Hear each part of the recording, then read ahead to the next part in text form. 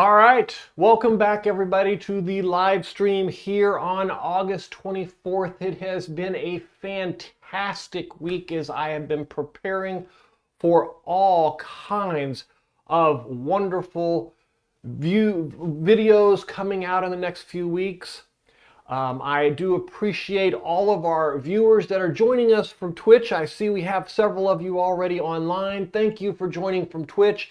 Also tonight joining us, we also are live streaming on TikTok. So that means I'm going to be going back and forth a little bit between TikTok and Facebook and YouTube. All of our subscribers, and a special thank you to any of our members that join. The YouTube members always get access to videos that we get completed early. I think it's like $2 a month and it allows you early access. It's particularly valuable this week as I'll be traveling next week. For those of you who are going to be at Dragon Con, please come by and see my wife's coffee shop. We'll be on the dealer's room, floor 1 in the corner, and it will be a big giant coffee shop. Just say hi to me. I'd love to meet you. All right, I have a wonderful program.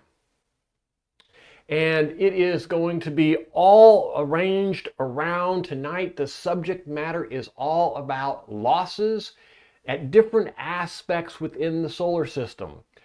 So I've had a lot of questions about this lately, and a lot of people asking me what was going on. And I started looking at my own solar system and realized that there was quite a bit going on in it where it was producing one amount of solar, but yet what was making it into the batteries was significantly less, or at least what I thought was significantly less.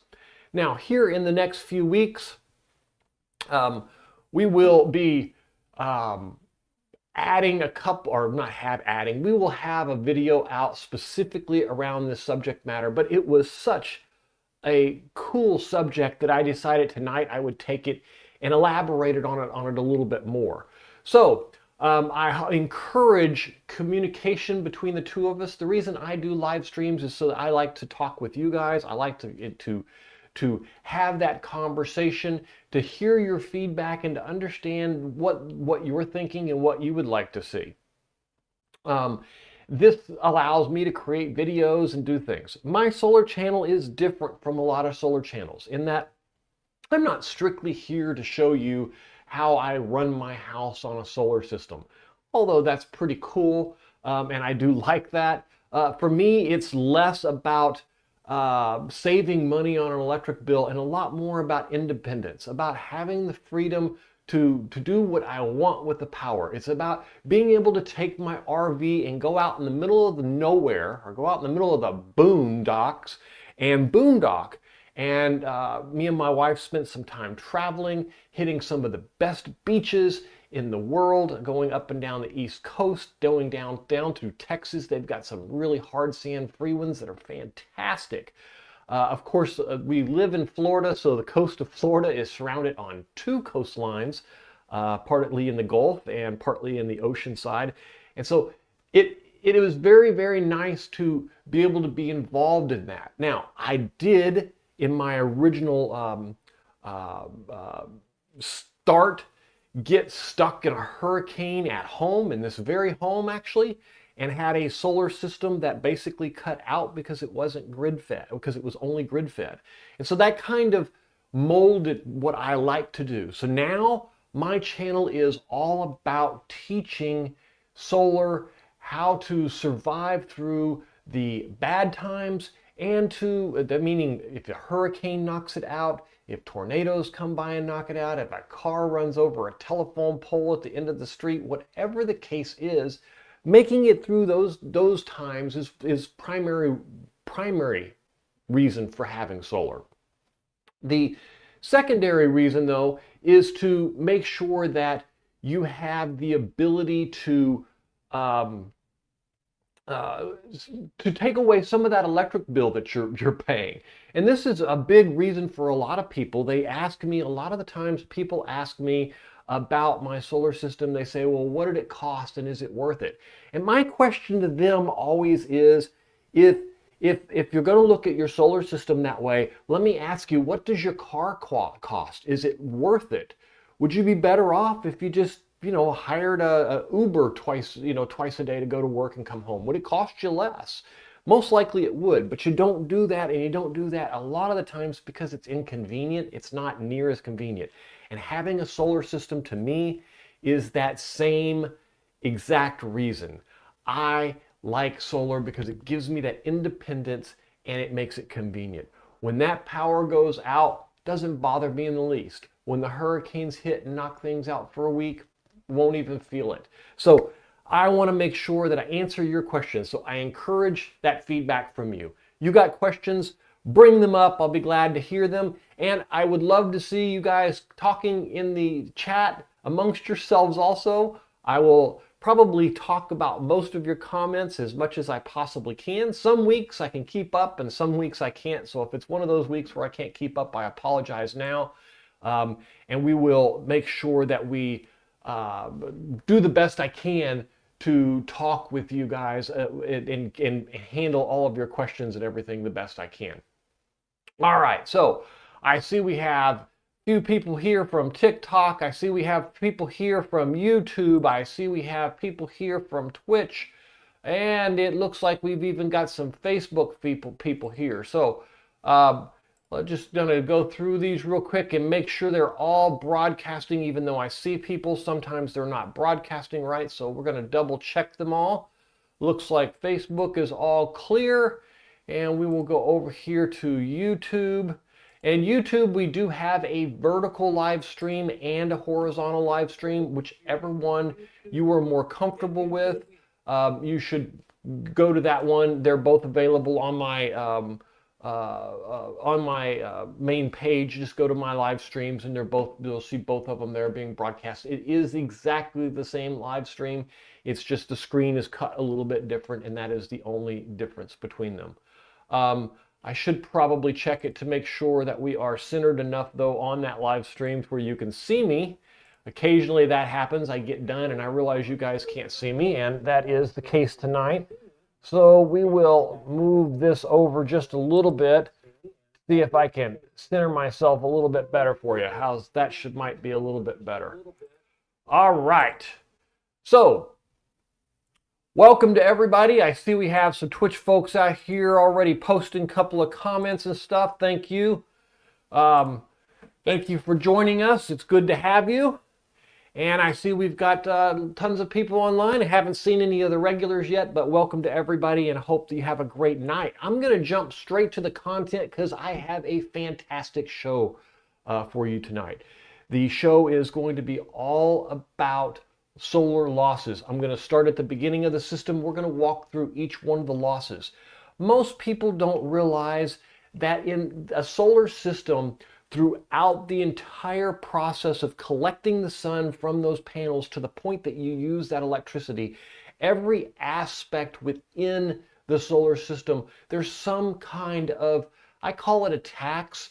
It's technically just it costs energy to run all the devices. Whether you're running the inverter, whether you're converting the power, whether you're moving the power through wires, all of it has a tax or a cost for running it. No different than plugging in any other electrical device. So let's start off with the solar panels. And a lot of people see a solar panel and they say, okay, look, I've got a 200 watt solar panel here, and they expect to just get 200 watts out of that solar panel. And I can tell you that typically you're not going to get 200 watts out of a 200 watt solar panel. There might be a moment where you do. Don't get me wrong. If you set up everything in the perfect configuration, you have just enough light, you angle it perfectly, and the sun's, during the right time of the day and stuff, then yeah, you might get it for a few moments there. But keep in mind, there's only a few moments in the day where that panel is pointed right at that sun, and that's how the reading for a solar panel goes. So the first loss you're going to experience can be anywhere between 5 and 25% loss on your solar panel production itself. Let me give you a good example of this, and I probably could bring up my stats for the day and we can take a look at it. Let's just see if I can get a screen here that I can share with you folks. And I'm going to do very little of the screen tonight because we have the Twitter, the YouTube, the TikTok users here, and the TikTok users are not able to see that. So I will keep this limited to just a brief moment. But let's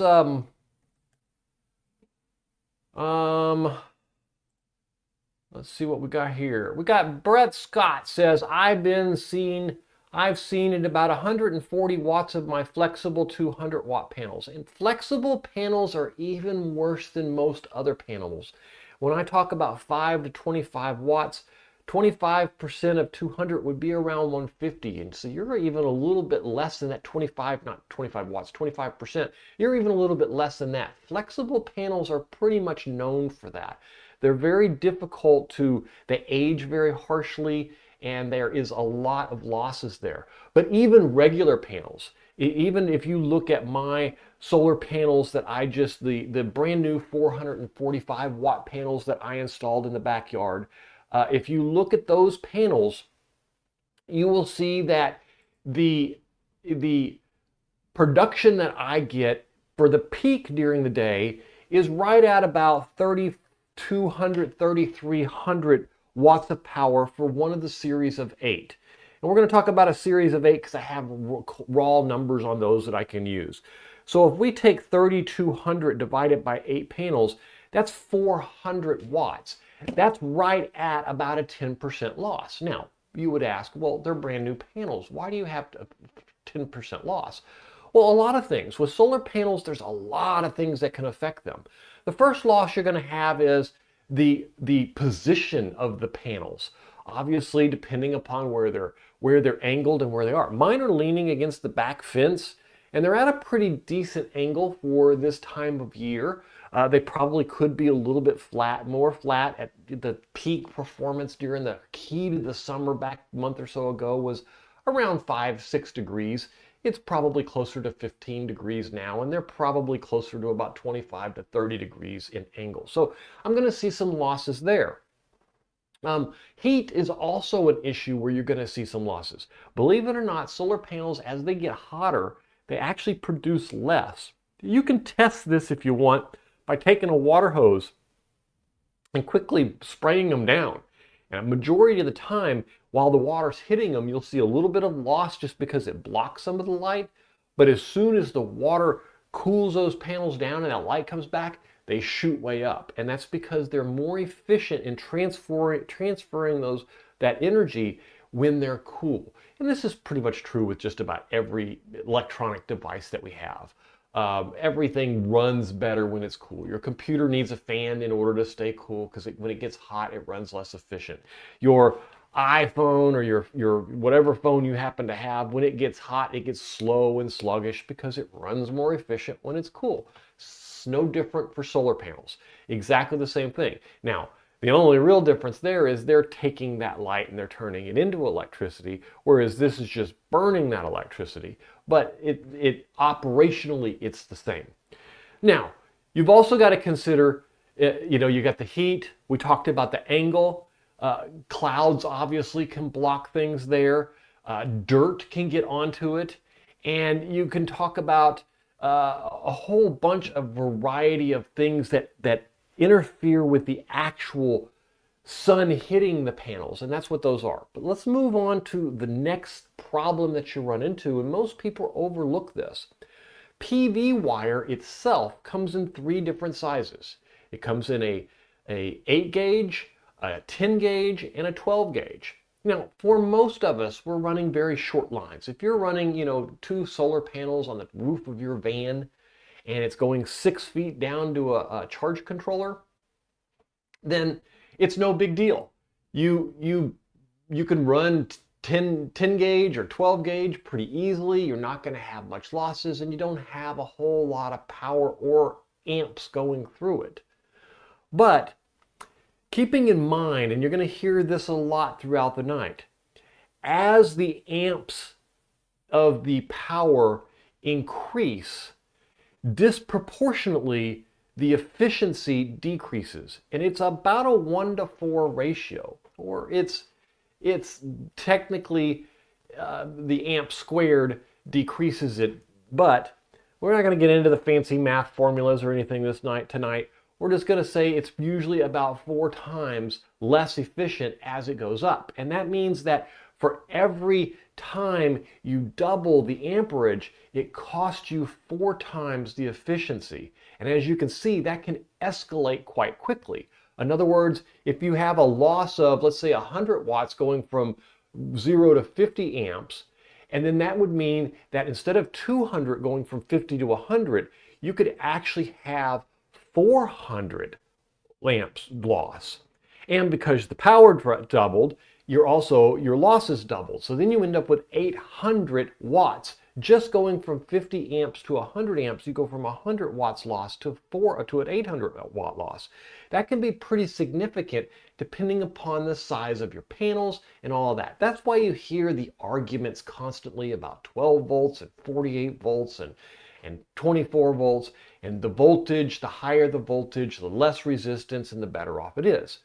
Now here we're talking about solar panels, but with solar panels, the same thing applies. But you'll see that the industry has really shifted from having multiple small parallel panels to having strings of panels. For example, my 440 watt, the string of 8 panels we were just talking about, it has a voltage of around 300 volts. Now, 300 volts can transfer 300 watts at 1 amp. And 1 amp is very small compared to what it would be if it was charging let's say if it was coming over with a 12 volt panel. 12 volt panel, to get 300 amps to 300 watts, or excuse me, it would be 300 divided by 12 volts would be, ooh, that calculator's going crazy on me. 300 divided by 12, that would still be 300 divided by 12. I keep hitting the wrong point. That's 25 amps. So as you can see, the number of times that doubled means the efficiency has multiplied up and become less and less efficient. So it is much less efficient to transfer 12 volts at 25 amps than it is to transfer 300 volts at 1 amp. And that's why you're seeing a lot of these solar panels be put in strings and done in series. I keep saying serial. You know, I said that on a video once and I got all kinds of flack for it. I guess it makes sense I'd get flack for it because it's not something you eat. It's something you put them in series. So you put them in series and your voltage multiplies, thus bringing down the amperage. And that's a good thing because that means that your efficiency of it can do. And so you can use smaller wire and you can transmit the same amount of wattage with a lot more efficiency. So that's a lot there. There's a lot there with those solar panels, but let's not stop there. Also keep in mind that every one of the connectors in that wire back to the next device in your system, most likely being your charge controller or your all-in-one inverter, all of those MC4 connections that you've made, or in some people's case where they're twisting wires together and doing connectable type things, even fuses and those type of stuff, you need to make sure that all of those connections are not losing energy. And a lot of people ask me, well, how do you know if they're losing energy? And I will give you one perfect example of always you can use. Where there is heat, there is energy loss. It is universal across a solar system. So if you've got connections, whether it's battery connections, breaker connections, fuses, whatever the case may be, if there is a bunch of heat, there is a bunch of energy being used there to generate the heat. You don't get the heat without the energy. Same's true at your solar panels. At your solar panels, we talked about earlier, one of the losses being when the panels get hot. Well, how did they get hot? Because there was a bunch of solar energy hitting them and it heated up instead of being converted into power. And once they heat up, they become less efficient and they burn more power that way. So the important thing to note here is on your solar panels, every one of those aspects can add up to that losses in your system. And we're just getting started, and we've already lost several percentage points without even trying. So let's move on to the next one. Panel and string mismatches. Now, this one is quite common, that you go out and you buy a new solar panel to replace something that burned down. And here we have volts don't kill, it's the amperage. Yes, you're absolutely right. Well, for the most part, it's absolutely right. But you need one to make the other. One makes the other awful easy, doesn't it? One's an enabler, we can say for sure. So the idea here on this piece is that the string mismatches contributes a lot to probably between 1 and 5% of losses. And that means that if you buy, let's say you have a string of 8 panels, like my 445 watt solar panels. If I have to replace one of those and I can't find one that's exactly the same size, it's either going to be overproducing or underproducing from the original panels that I had. And if it's underproducing, it could drag the other 7 panels down. And if it's overproducing, those 7 panels are going to drag it down. So as you can see, no matter what you do, you're not going to destroy the series of panels by putting a replacement in there, but you are going to create a loss of power depending on where it is. Now, is this the kind of power that you look at your solar system and say, hey, look, I had 1,000 watts show up in my inverter or in my charge controller, and only 700 of it made it to my battery? What happened? No, it's not that. This one you don't even see. It's part of that 1,000 watts. And my point here is to note there are losses before you even see the first measurement that you need to account for and watch out for also. And this is one of those. So those mismatches can be one. We talked about PV DC wiring, and that wiring can account for between 1 and 3% of the losses. Obviously, the best way to avoid losses with PV is use the biggest PV wire. Well, that's true. That doesn't necessarily always make the most financial sense, and it doesn't necessarily always affect your particular system. If you're running 300 volt PV wires like I am, I've got 8 panels in a string. Each of those strings runs at 300 volts back to my inverter. Chances are going from a 8 gauge wire to a 10 gauge wire will have no impact on, or no significant impact on, the losses that can occur from it.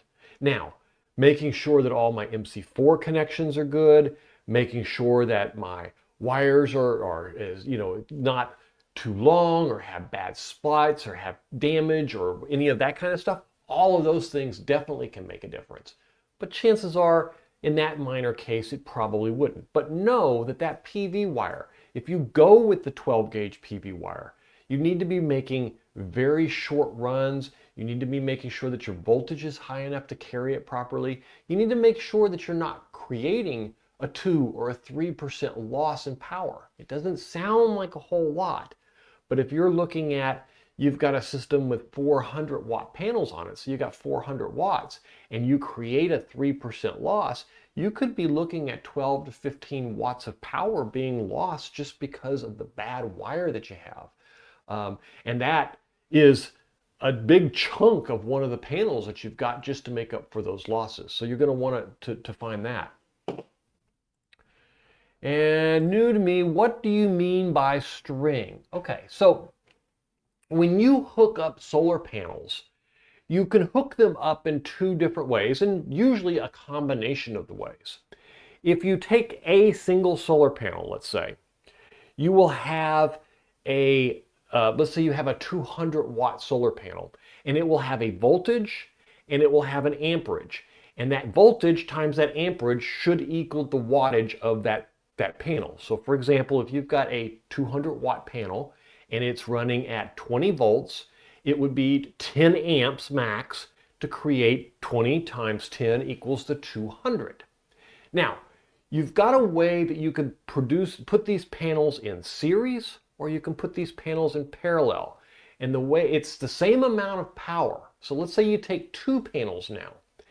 If you had the two panels and you put them in series, in other words, you connect them together to where there's one output between the two of them. So panel A connects to panel B, and then panel B has the output, and panel A has one output, and you connect that.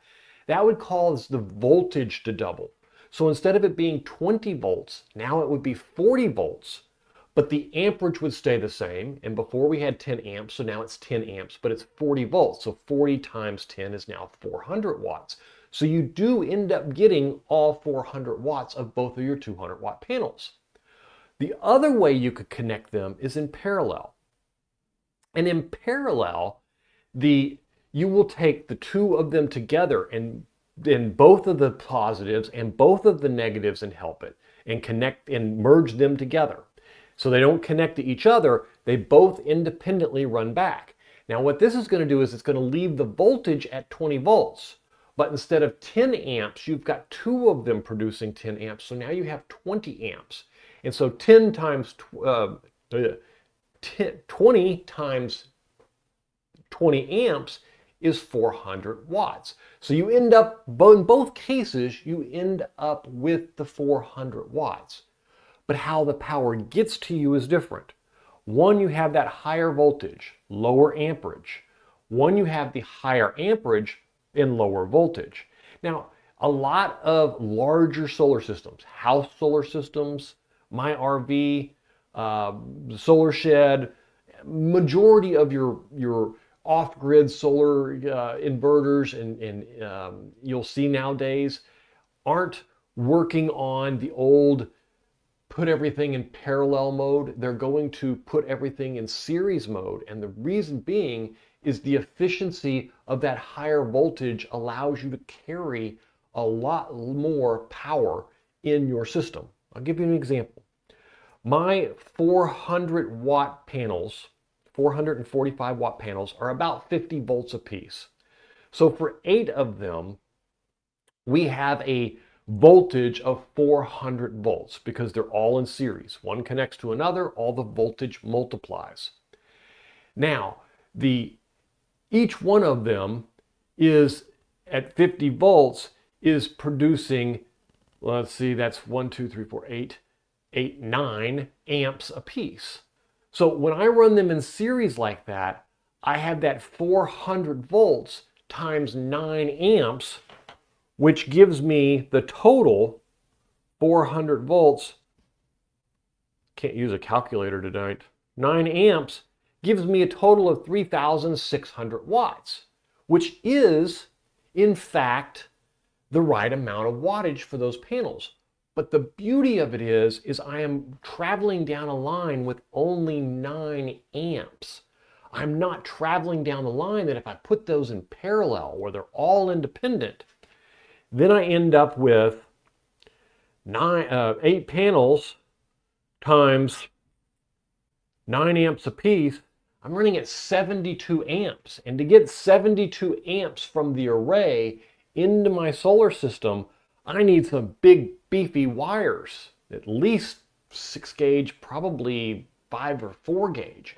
Well, that's going to cost me a fortune to go from the solar panels to my inverter in 4 gauge. And that's if I only want those 3,600 watts of panels.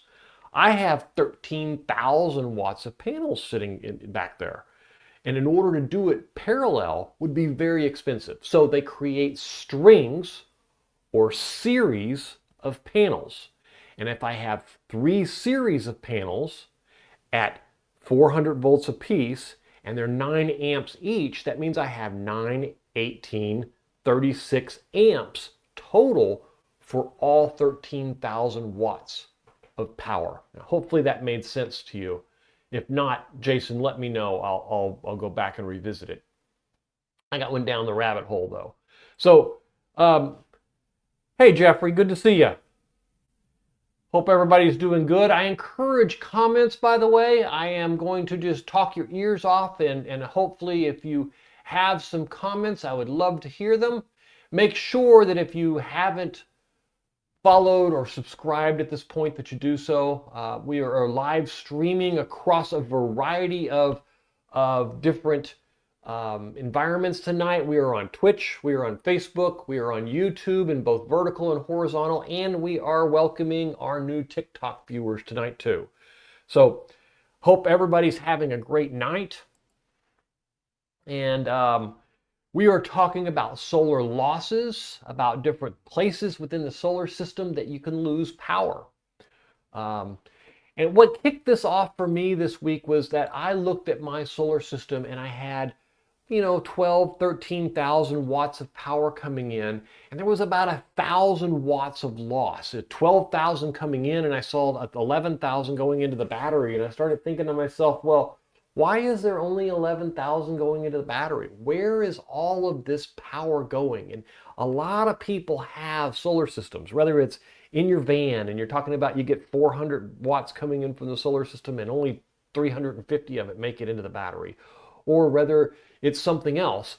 For me, it was 12,000 watts coming in and 11,000 was making it into the battery, or 12,000 was coming in, I was using 2,000 and only 9,000 was making it into the battery. The big difference was I had 680 watts or so of losses. So I started investigating where are those losses, and that's what we're going through tonight.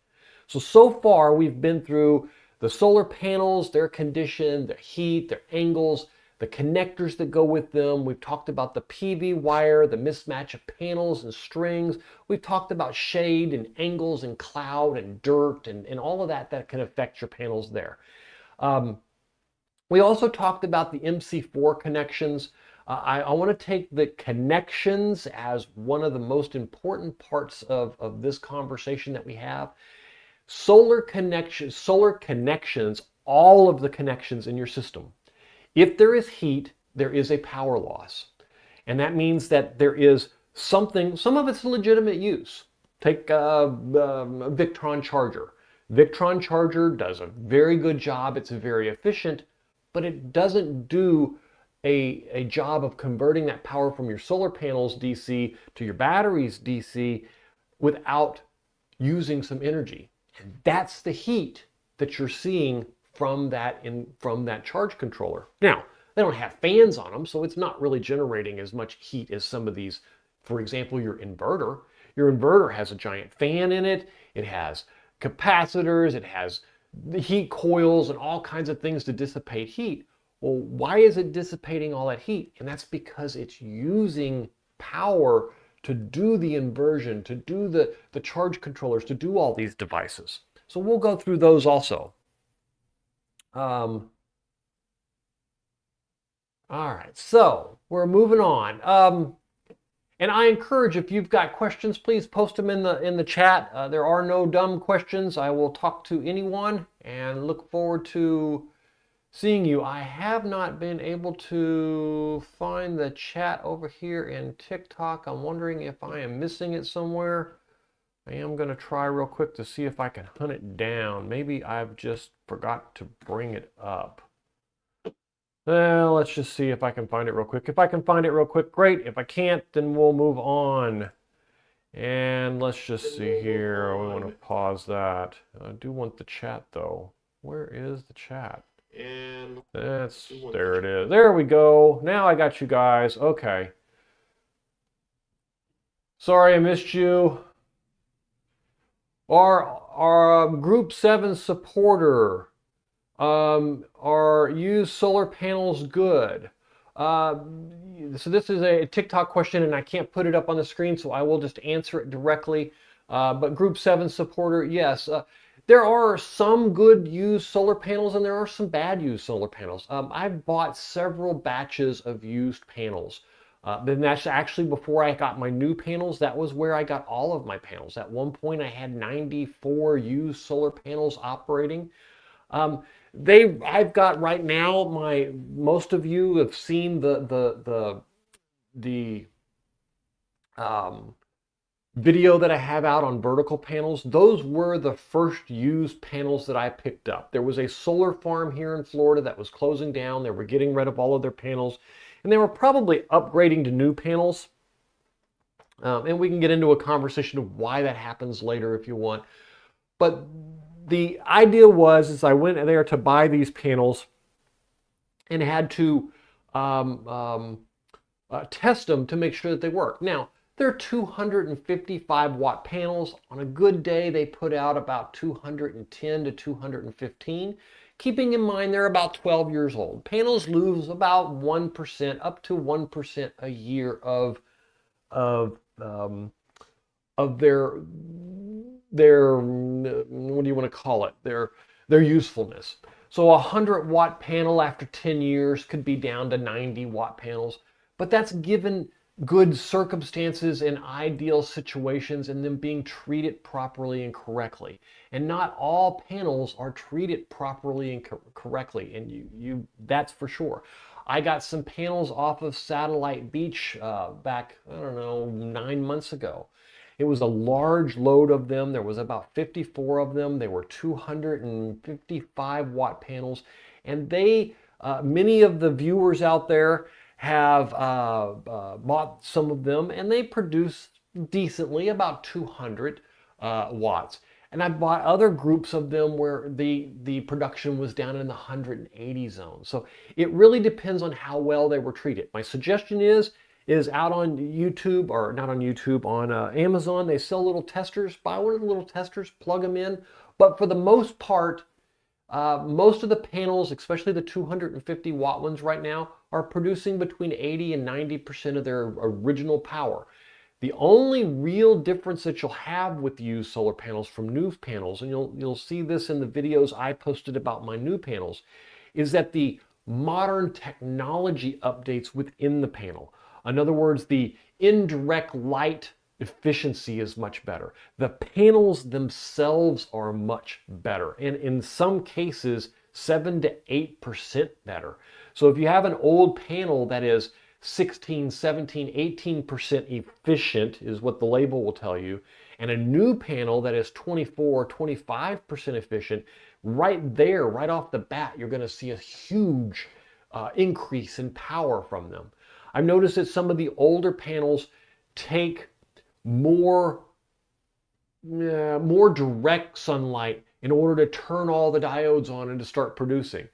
My new 445 watt panels, a half hour before the sun comes up, and they're all at full voltage every single morning. I never, ever do I not see them. No matter how bad the storm is, they're always at full voltage. Now, they may not be producing power at that point, but you're not waiting for that power to build up. The carrier of that voltage is already there that early in the morning. So absolutely, used solar panels are good. My inverter uses 48 volts, or uses 48 watts. Yes, NSB, obviously, one of the uses here that you can call loss is what your inverter uses. Now, I would encourage you to say that not all the time does it use 48 watts. Chances are it uses 48 watts where you've measured it in idle consumption, meaning that there's nothing that it's actually doing. I've noticed that if I have a whole bunch of solar coming in, or I have a whole bunch of loads on my AC side, the more you're converting, the more DC from the solar panels you're bringing in and putting into the battery, the more DC of that power you're taking, converting it to AC, the more of that work that it's doing, the more that it uses. But idle consumption is one of those that definitely you will see. And NSB, you are on YouTube. All right, we have Jeffrey over on YouTube also. He says, did it freeze? Did it freeze? Did what freeze? Jeffrey, nope, me. I'm not sure, Jeffrey, what we're talking about. Sorry. I've already lost the train of thought on that one. Let's see. Remember, solar loss is 1% a year, while lithium battery is up to 10% a year loss. And this is absolutely true. We'll get into some of these more details of some of these losses as I go through, but I've kind of highlighted them all as we go through. But you're right. Battery can be round trip up to 10%. A lot of that is the devices and pieces and parts around the actual battery. But it can definitely be that high. Where was I at in my thing here? So let's look at breakers, fuses, and disconnects. Now, breakers, fuses, disconnects, and MC4 connection and connectors should be less than 1% or around 1%. But a lot of us have MC4 connectors that we see the label that says good for 20 years, and we don't bother thinking about the fact that, especially on used panels, if these connectors are not connected, where they've got that weather seal in them, they will age and the connectors will get tarnished on the inside. They won't make a great connection, and you won't notice it unless you're looking at them through a heat gun. Perfect example of that is I've got a whole bunch of MC4 connections, and for the video I've got coming out on this, I did exactly that. I went around and looked at all of them, and you'll see a thermal between the 176 degrees of an MC4 that has a bad connection and the 90 degrees of the one that has a good connection. They're both transmitting the same amount of voltage, wattage, and power, but one of them's running at 170 volts. And remember the rule. The rule of thumb is if you see heat, you're using power to make that heat. Whether that's wasted heat or legitimate heat is another question. All right. So let's talk, going into the next one, let's talk about the MPPT charge controllers. Now, MPPT charge controllers can vary widely based on who they are, who makes them, how they're working, where they are, how they dissipate heat. Some of the best ones, Victron. Victron makes us extremely efficient chargers. Not all the time are they the least expensive or the most wallet friendly, but they are very good charge controllers. If you look inside the 6000 XP or the 12,000 XP or any of your other all-in-one type inverters, most of them have a charge controller and a turn-on voltage. And that turn-on voltage is there to say, look, it's really not going to be efficient enough for me to start up and pay the cost of running this charge controller if I don't have enough voltage and to create enough electricity to run it. And in other words, what I'm saying is, it doesn't do any good to take 50 watts that you're getting from the panels and use 60 watts to run the charge controller to put that 50 watts in the battery, because what it's going to do is it's going to take 60 watts out to create 50 and you're going to lose 10. So they have these minimums in place to prevent that type of thing from happening.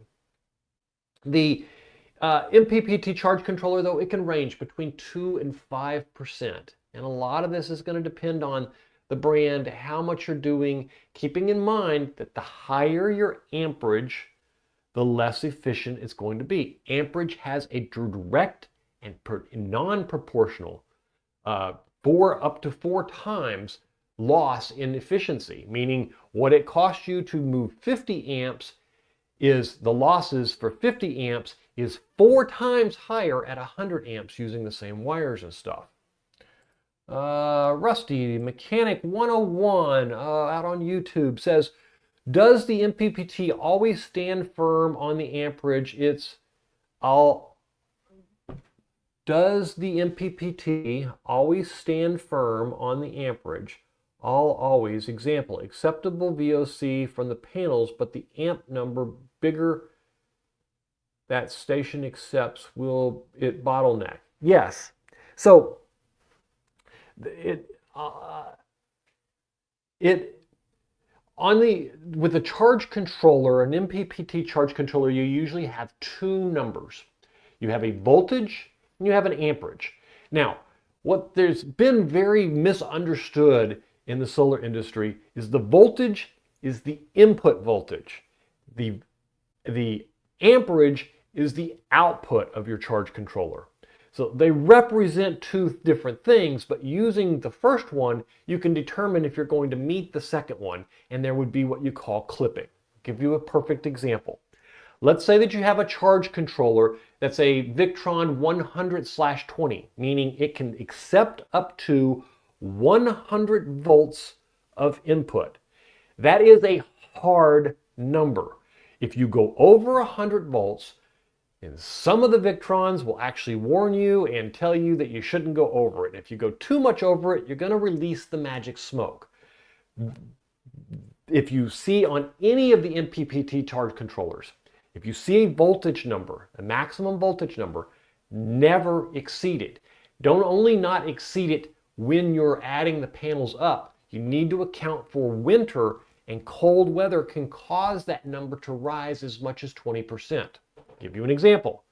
You got a solar panel that produces 50 volts. You put two of them in series, therefore it's producing 100 volts. You put it on a charge controller that's 100/20. Chances are when the sun comes out, it's going to bounce just over 100, even if it's just for a second, and it's going to either shut down your charge controller or it's going to burn your charge controller out. So you need to make sure that it stays under not only then, but in consideration for the coldest point of your year. Easiest way to do that is account for about 20%. That means that you need to have 20% more voltage above where that number is to account for cold weather, because as it gets colder, that voltage is going to climb. And so you may go from it being producing 100 volts, and where it gets to be 10 degrees outside, it may be producing 115 or 120 volts. And so that's the really part. Now, as it gets hotter, that number is going to drop down. And because the amount of power you get is the voltage times the amperage, that's why you'll see you get more power in the winter than you do in the summer from the production standpoint. Sun-wise, you don't get as much sun, but you definitely do in the other one. So, is the VOC hard? Yes. Output, the amperage. So let's talk about the second half of the formula here. If you've got a 100/20, that means it can output 20 amps to whatever voltage battery you have configured. That means that if you have, let's say you have a 12 volt battery connected to it, and your 12 volt battery is sitting at 13.2 volts. It is going to do a maximum of 20 amps at 13.2 volts.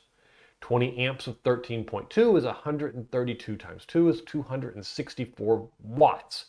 So that would mean that if you, no matter what your input is, it's going to output a maximum of that amperage times your current battery voltage.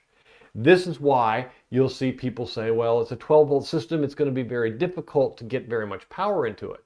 If that same system was 20 amps into a 48 volt system, then instead of operating at 13.2 volts, you may be operating at, let's say, 52 volts, and 52 times 20 is 1040 volts. So the same charge controller on a 12 volt system can only get you a couple hundred watts.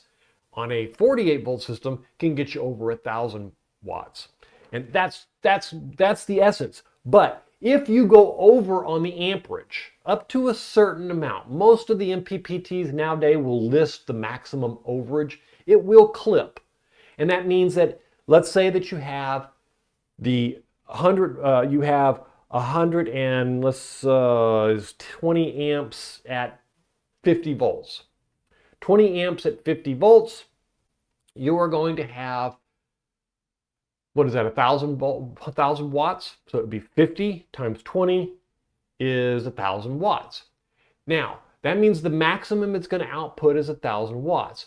But if you went up to 22 amps, its still maximum output would be 1,000 watts. So it will just stop there. It'll become a roof. It'll clip off the rest and throw it away. It won't use it. It doesn't do anything with it. And you can safely go over what they call over paneling by a certain percentage. Most of the time, 20-25% is safe. Perfect example, the solar system on my solar edge that's on my house. I have 13,700 watts of solar panels. I have a 10,000 watt inverter. So does that mean that when those panels are producing over 10,000 watts, that power is lost? Yes, that's exactly what it means. But that voltage that feeds into that inverter never goes over that number, because if it does, it'll release the magic smoke. But if there's more power there than is necessary, it will throw that off and clip it. So the input, non-negotiable. The output, it will clip. Hopefully that answers your question. Hey, Mike, how are you doing? Good to see you. There was something you released this week that I thought was really cool video. I don't remember what it was, though.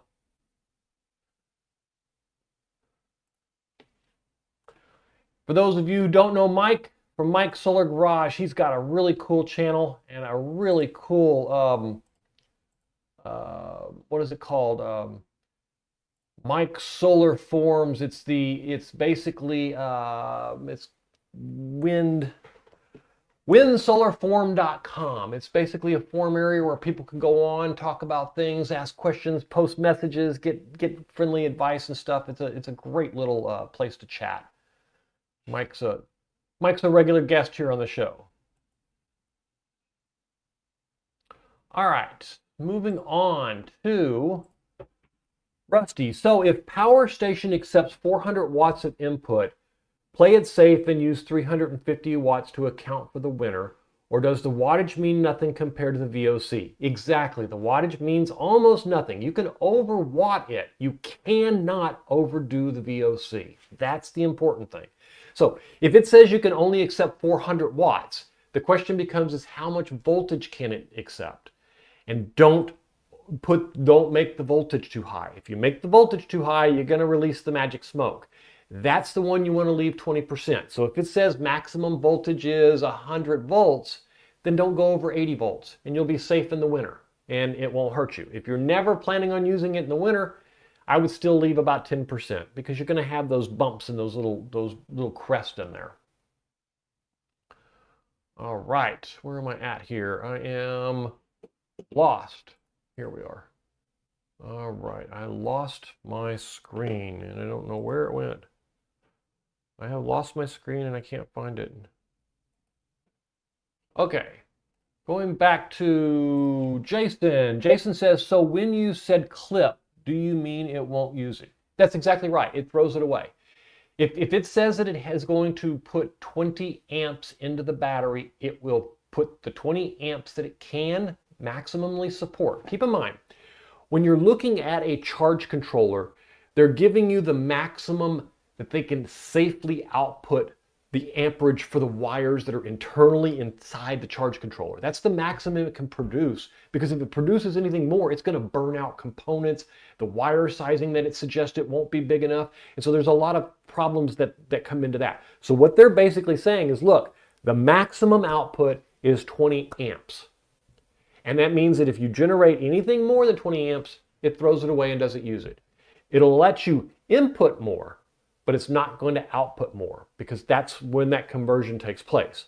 But I can't stress enough, don't overdo the voltage. And that's what I mean by clipping. And it's quite common for people to quote over panel, meaning it'll accept 400 watts and they'll put in an extra 10 or 20% of wattage, putting in, let's say, 440 or 480 watts, staying within the voltage range. They'll put in 440, 480, because remember way back when we first started the live stream, we talked about panels don't always produce what they do all the time. So the chances of you getting closer to that 400, you want to put a little extra in there, a little extra in the tank. Not necessarily are you always going to get to use it. But for the most part, it's more efficient than buying a bigger an MPPT. Got it, surprise. I appreciate the information. Anytime, Rusty. Glad I could help. All right. Sorry, jumped up. First message, mechanic all day is hot. Sorry for the jumped up first message. Mechanic all day in hot shop really fries my brain, and trust me, I feel your pain. I spent the weekend in the solar shed doing AC coupling, and it was terribly hot outside, except when I went to actually do the testing. The sun went and hid under a cloud for 3 hours. So I get it. I'm with you, and no problem. And half the time it's not you when you're typing, it's me in my reading, so don't worry about it. RVing with Bandit. Hey RV, how you doing? RVing with Bandit. Max volts and max amps equals max watts. That is correct. But you can actually have combinations of those. Onyx Garage. Overpaneling helps with dawn and dusk generation for cloudy days. It absolutely does. Just saw a message pop across my screen for... Yep. And let me just see, make sure I can extend the live stream here on TikTok. They're causing me all kinds of trouble, you guys. Good to have you, though. Thanks for watching. We added TikTok this week, so everybody knows. We got TikTok going, we got Facebook going, we got Twitch going, and we've got 2 live streams on YouTube. So everything seems to be running just fine this week. I'm glad to have everybody here. My panels tend to produce highest peaks on cloudy days, momentary spikes. Yes, it's there's actually a name for it, and I don't remember the name of it. It's when the sun comes out of the edge of those clouds, it basically flares up a little bit and can cause your solar panels to spike. It's pretty good. I've seen some really high 14,000, 15,000 spikes on my panels. So it's actually pretty cool. Let's see. Rusty asked, in your opinion, solar area is backyard or roof mounted array? In your opinion, solar area, you know what? Where you put the panels is really a user preference.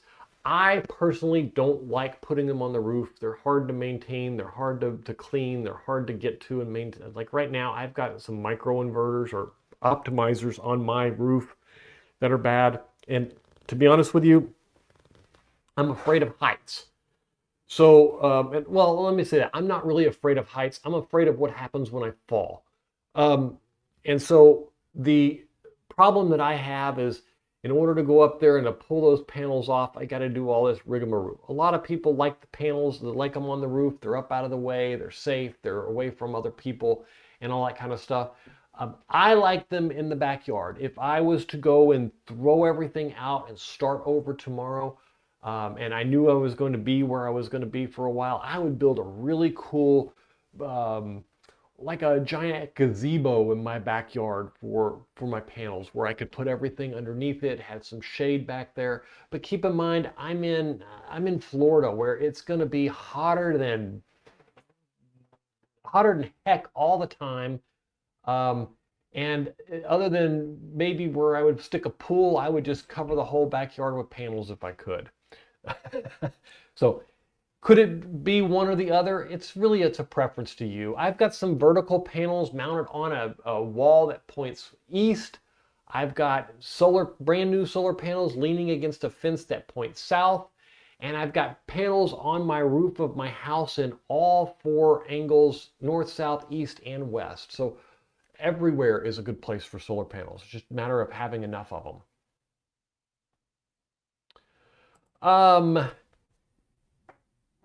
Let's see, pleasure, I'm not sure, something about data, Indy Timpa class, I don't know, whatever.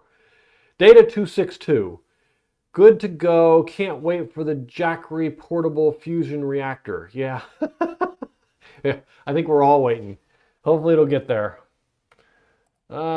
Jason 9016 says, if the battery gets hot and the wire is the wire too small, or the phone battery is hot, what is it? Even the wire is big enough. Well, just because you got to remember, in a battery, there isn't only battery cells. There's bus bars connecting those cells. There's BMS in there. There's wires connecting them to lugs. There's lugs connecting them to that. Some of them have bus bars connecting the lugs. Some of them, there's a lot of components in there. There's also a difference in the material the batteries are made out of. Like, I like the metal batteries, the rack mount batteries, the eco-worthy metal batteries, if you've seen the reviews I've done on that. And then I've also used some of the same battery, eco-worthy, puts out a plastic case one and a metal case one. The metal case ones are known for dissipating heat better, and the plastic case ones are known for holding that heat a little bit more. Is there a right one or a wrong one? Nah, probably not. It's a matter of preference. But your question is, if the battery gets hot, is it the wire that's too small? It could be the wire's too small. More than likely, it's a loose connection. Loose connections will contribute to 90% of all losses in your system. Your loose battery connections, bad loose MC4 connections, mismatch of brands. And the reason the brand on the MC4 connection is such a big deal is that the two pieces that fit together to make the connection aren't exactly matched in size. Therefore, it creates a loose connection. Bad lugs not crimping down properly on the wire. Bad lugs not being screwed on properly. Stacking too many lugs and not creating good connections between them. Dirty lugs. It's always, almost always connections. I've burned out a Victron charge controller from because I forgot to tighten the negative post on the battery side.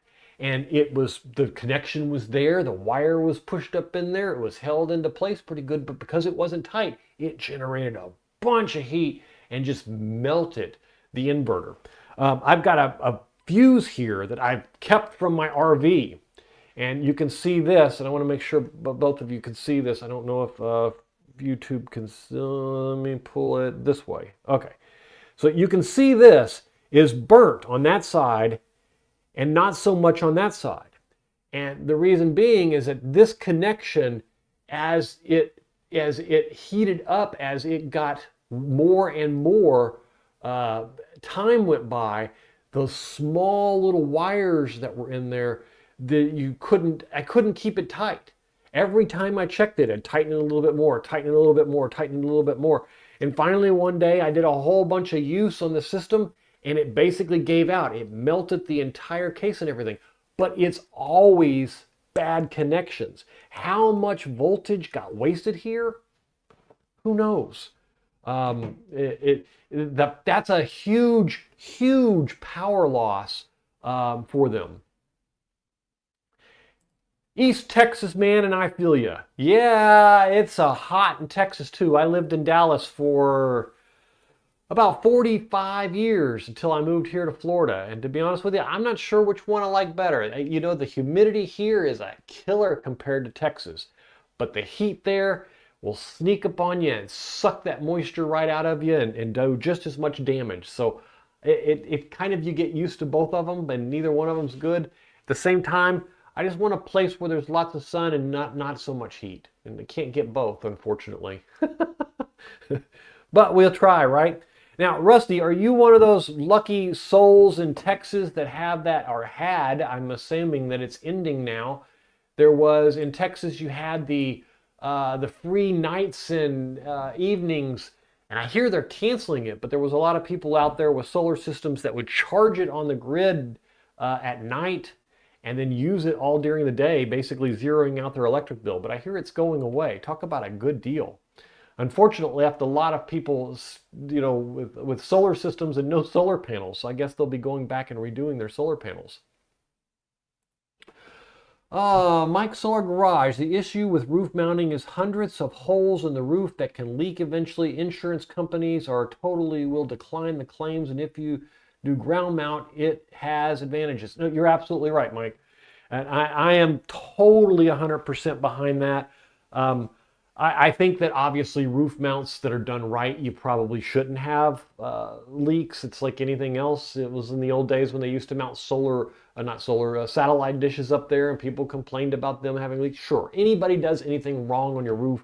The vents on your roof could cause leaks, but the chances of having that many holes to mount all those solar rails and panels and not having leaks eventually is a lot less likely. So you're absolutely right. I'm in the process of building a solar shed in my backyard, and I plan doing a panel plus inverter 48-volt battery system inside. Do I need to ventilation inside the actual temperature controlled AC plus heater? It depends on where you live, Rusty. Did you say you were Texas, right? So the problem with Texas is you're going to end up with, depending on how far north you are, in East Texas, if you're in the up in that in the Panhandle, or if you're up in that area up there at the top, you get a lot of that cold weather, and lithium iron phosphate will need to be kept above freezing. If you're not in that area, you still have those scorching hot days, and that can age your batteries prematurely. So, do you need it? I have a solar shed. I do not have it. Now, I do have some alarms and stuff that if it gets over a certain temperature, that I would go out there and shut it off. So far, my batteries have peaked out at about 96 degrees, and the worst of the worst of the worst when it's really hot outside. I've got some huge fans and that type of stuff to prevent it.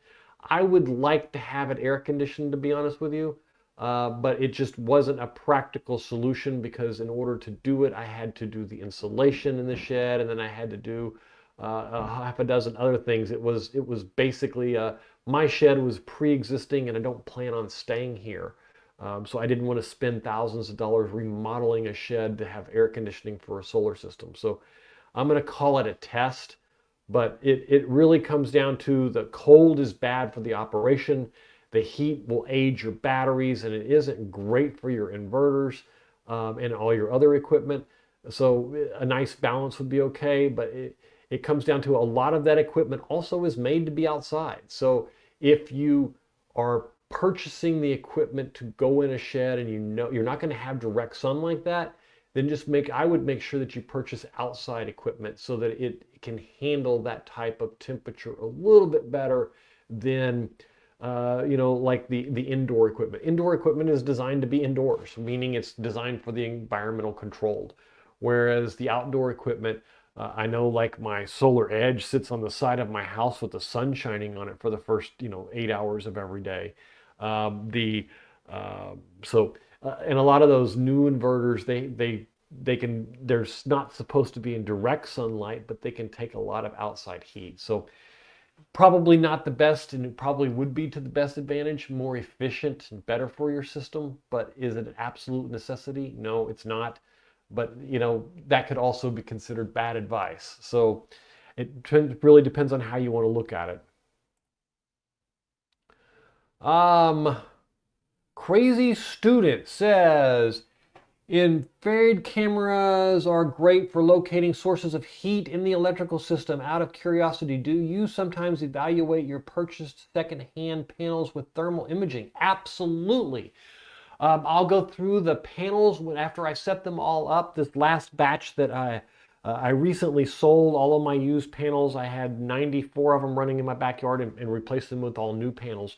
But that was one of the first things I did when I set them all up, is I thermal camered them to make sure you have some hot cells. You can identify where there's problems with them and what you're having issues with, especially if you're buying used panels and you buy large quantities of them, or you acquire large quantities of them. There's no reason to use them all. So you can find that some of them have some type of hot spots and that type of stuff. And I found quite a few of them. As a matter of fact, I gave a couple of those away just this past week that didn't act, just right. Also, for the thermal camera, I will go through all the wiring connections, the heat plate on the back, the MC4 connections. I'll try to place them out of the sun, and definitely up out of the water, even though theoretically they're supposed to last outside. You show me anything that lasts outside here in the Florida heat with direct sun for 20 years, and I'll show you something that's not made out of plastic. So yes, absolutely, I use a thermal gun to locate it. And you'll see on the video about losses that I release, and I don't know when it's scheduled for. I'm going to be traveling next week. I'm hoping to still have my live stream, but when I do, that was exactly what I did. Is I went and located a couple of issues that I do, and I go through my system pretty regularly because I move things around a lot. Keeping in mind, my system isn't, I don't build my system for the sake of running my house. My house system is on my house. It zeroes out my bill already. My solar shed is all about education, about us learning how to build systems, about us trying things, about us using them. Sure, if there's a hurricane and I lose my power, you bet your bob it's going to be the first thing I turn on when it happens. When the power goes out, it's the first thing I do is go out there and turn it on.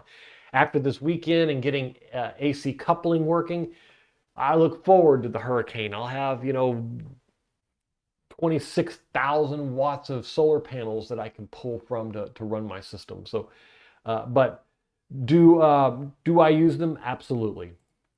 Daniel Stevens says, thanks, Matt. Well, you were always welcome, Daniel. Oh, I'm sorry, Stevenson. I'm starting my solar journey and looking at eco-worthy 6K solar off-grid split-phase all-in-one inverter, 48 volt to 120 volt, 240 and 48 volt, 135 amp battery. I don't know a whole lot about that specific eco-worthy inverter. I have the 6K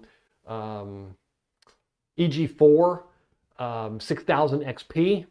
I would encourage you, I've got a couple of videos out there that goes, one is called 10 reasons you should buy a 6000 XP, and another one is 10 reasons you shouldn't buy the 6000 XP. On the reasons to buy, I go over the major features, and on the reasons not to buy, I go over things that if you're trying or wanting to do that you wouldn't want to include it.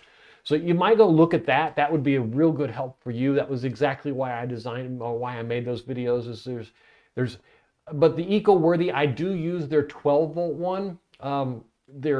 I've had real good luck with the way they handled their warranty work. I did have one of their 3,000 watt inverters go out on me, and they helped me troubleshoot it. And when I couldn't get a solution to it, they had me send it back and immediately shipped out another one. So it was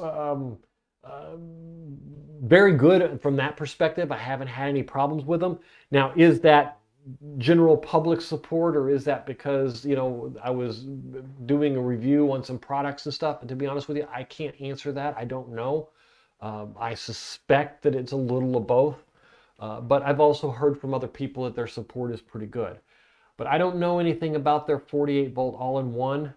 I know the 6000 XP very well, so the features that I list in that video are extremely strong. It's a good, strong inverter that does handle a lot of the that you want. It does truly put out what it says, and all of their specs pretty well match. That one and the 12,000 XP, if you're looking for even a bigger upgrade, are both excellent inverters.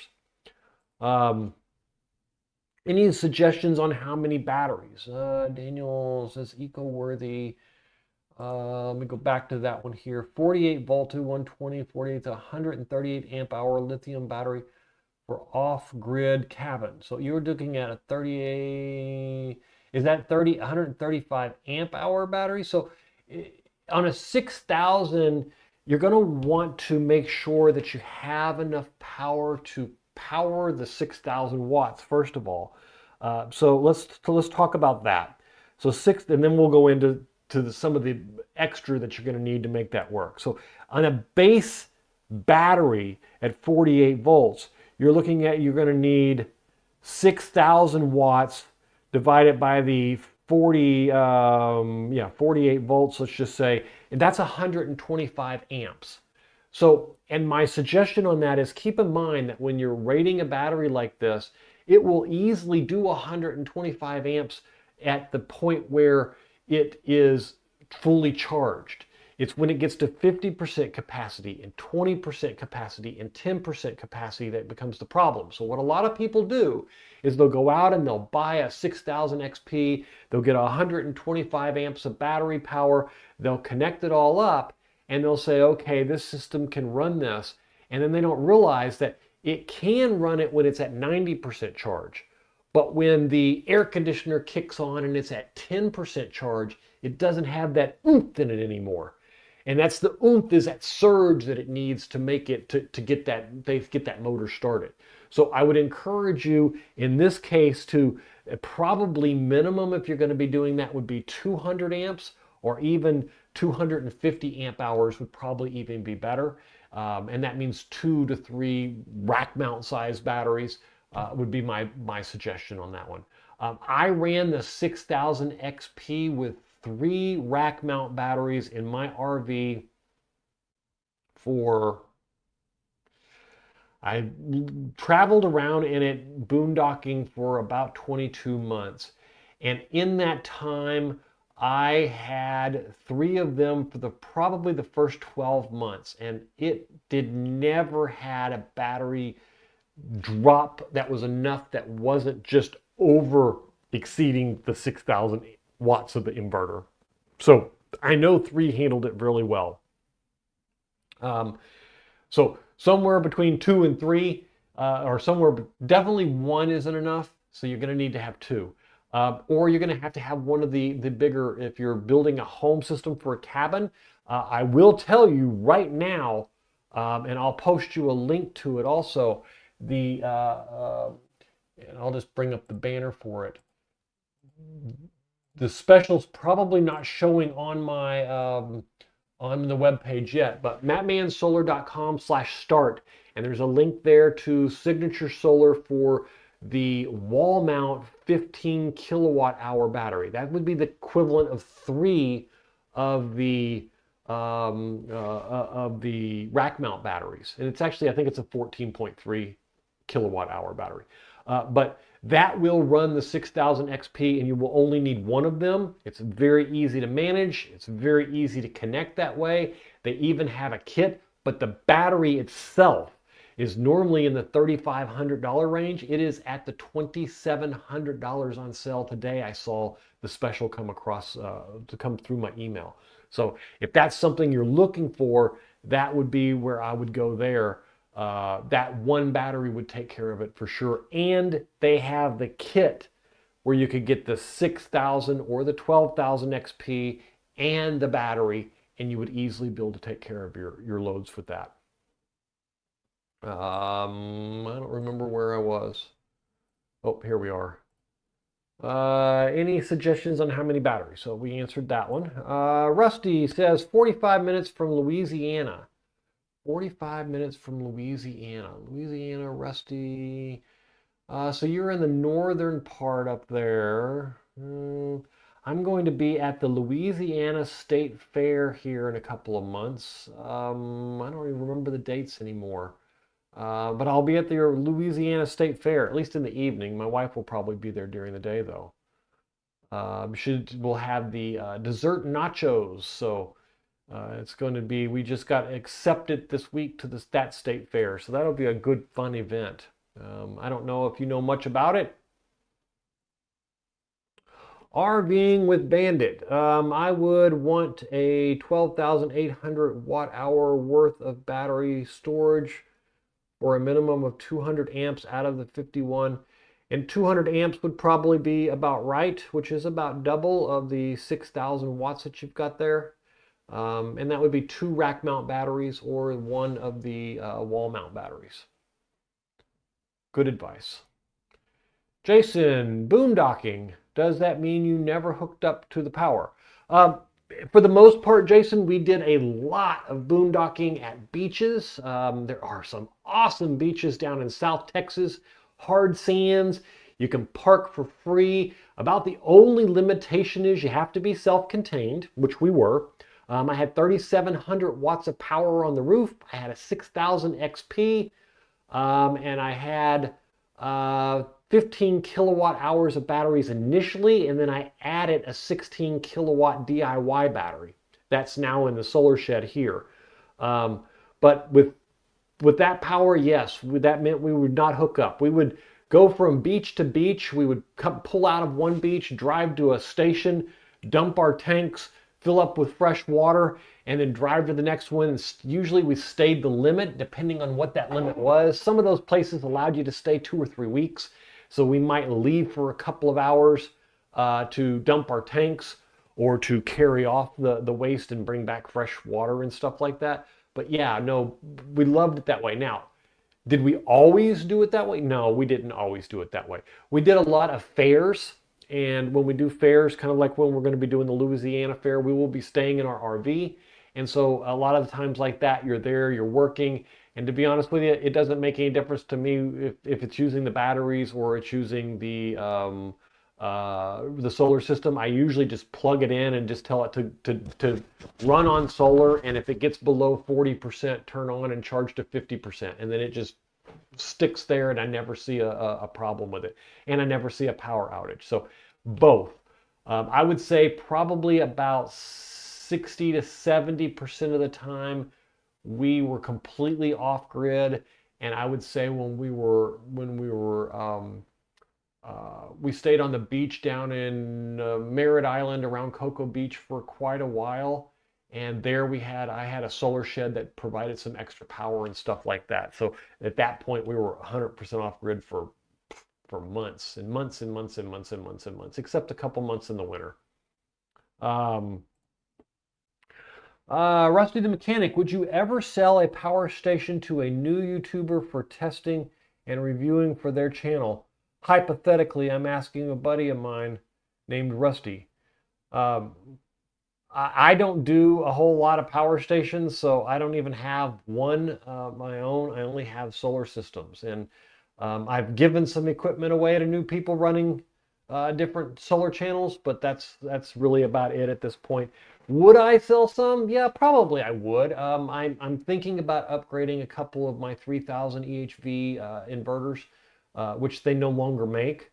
So I may list them and sell them off into it, but selling them for, so yeah, I mean, theoretically, yes, but I don't do power stations, so I don't have any to do it. Now, if they were to send me a couple of power stations to test, then probably yes. I'll be sure to let them know. You betcha. Thank you. Let's see if we got any. And you know, I had the TikTok messages up on the screen and then I lost it. Oh, here it is. Okay. So let me go answer a couple of TikTok questions here. Group 7 said Group 7 supporter said not bad to my answer earlier about used solar panels. Yeah, so my first used solar panels I paid $15 a piece for them. I bought 12. It was $180. I thought I'd hit a gold mine. Later, I went on to buy another set of panels. I think I paid like $8.20 for those. I ended up with 27 or so. And then I picked up various packs of free ones after that. A lot of the times, used solar panels, the easiest way to do that is Facebook Marketplace, or I used to use Craigslist a lot. Craigslist has kind of gotten junky and it doesn't really work as good anymore, but they're out there. It takes persistence. It takes going and watching every day and then moving quickly when they do come available. Any battery suggestions as far as brand and voltage? Group 7, a lot of it depends on what system you're going to be building. I personally prefer the 48 volt. I really have found that there isn't a whole lot of situations that I would need for 12 volt or 24 volt. That doesn't mean that they don't have their place. I used 24 volt system in my wife's coffee trailer to run refrigeration and freezers overnight while we were parked in the fair for years. I just recently upgraded that to a big 48 volt system that runs the entire coffee trailer off grid. That way I don't have to have generators and stuff while I'm at the fair. It was an easy call for me. I spent, several $1,000s on a solar system, but at the expense of $40 to $50 a day in gas that we were burning running generators and stuff, it made for a very, very, very easy choice, and payback was really, really quick and fast. Any battery suggestion as far as brand?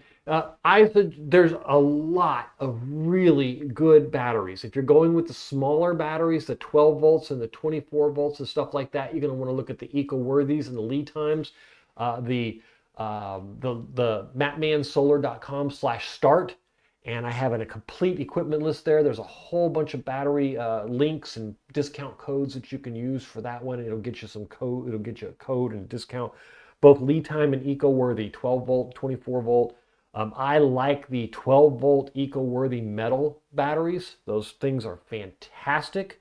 The plastic case ones are good also, but I personally, especially if you are in a marine environment, the plastic case ones are IP65, so they're waterproof, so those are great. But if you're not in the spot where you need the waterproof side, the metal batteries, the build quality, the heat dissipation, the safety factor, they are fantastic eco-worthy batteries. You'll see coupon codes for those out there.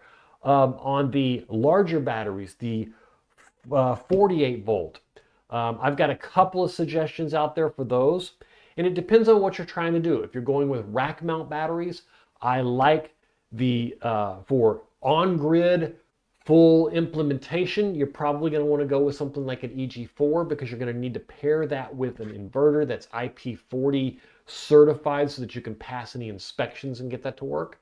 If you're looking for budget type batteries for an off-grid type situation, you like wall mount large batteries, the watt cycle is pretty decent. It's got pretty good prices.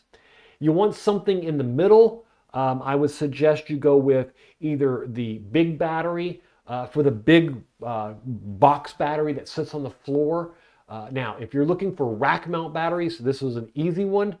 Between the Vator and the wire-in batteries, those are by far your best cost. If it is grid tied, you'll have to use the wire-in. If it's an off-grid, the wire-in or the Vator batteries, both are excellent choices. They're both 5.12 kilowatt hour 48 volt batteries. They both fit into racks. You can buy the racks with them. You can buy the racks later. If it's in a RV, I put a couple of them in the RV that way. So you can do it that way. Those are my suggestions. There's all kinds of them, but if you tell me a little bit more about exactly what you're wanting to build, I can give you good suggestions on that. I do a lot of battery reviews, especially lately, and I'll be doing a lot more. And one of the big ones that released this morning was I installed a air conditioner that runs on a 12 volt battery so that you could actually have an RV air conditioner and go boondocking and not have to have that inverter on all the time. And I got a eco-worthy 280 or 315 watt, 314 amp hour. Let me try that in English. A 314 amp hour battery for that was specifically to run that air conditioner, because then you don't even need AC, DC, you don't need the inverter, you don't need any of that. You just charge the battery and the air conditioner runs off a 12 volt. Fantastic 600 watt pull, even at full steam, 10,000 BTUs. It was a fantastic thing. And it's also got heat, which is nice. So that's what I suggest for that. But like I said, matmansolar.com/start. There's a whole slew of batteries and inverters. And if you need to know specifics, just tell me what you're looking for, or send me an email, matt@matmansolar, and I'll give you some kind of idea of exactly what to do. What's a good source for designing a solar pergola? You know, I've often wondered that myself, and being the DIY guy, I would probably just do the design of my own. I don't have a good source for that. My guess is I probably would end up going out on YouTube and looking around for it and seeing if I could find somebody that built one that had a design. The problem is they're going to show you what they did, and most of them aren't going to give you the plans. So that would be the problem there. A solar system, I've got tons of the designs for those on that same URL, the matmansolar.com/start. You can get solar designs off of that all day long. But I don't have anything for the there for the pergola, unfortunately. Although I would love to. I would really love to build a pergola, and at some point I will be building one. That would be a lot of fun. So hopefully that answers your questions, and if you have any more Group 7, just let me know. User 1521, blah, blah, blah, blah, blah. If you have any other ones, I'll be glad to answer those also. All right, let's go back over here to these comments. Lots of feedback tonight. That's good. It's good to hear you guys being so vocal and asking questions. Whoa, what am I doing? Okay. Let me see here. Solar is getting big again. Yes, Speaker House, it is getting big, and now it is changed from your little fun little toys to keep a little solar panel to keep your RV battery active and not go dead to whole home backup, disaster recovery, the whole thing. It really has taken off, and it's taken a turn in a good direction.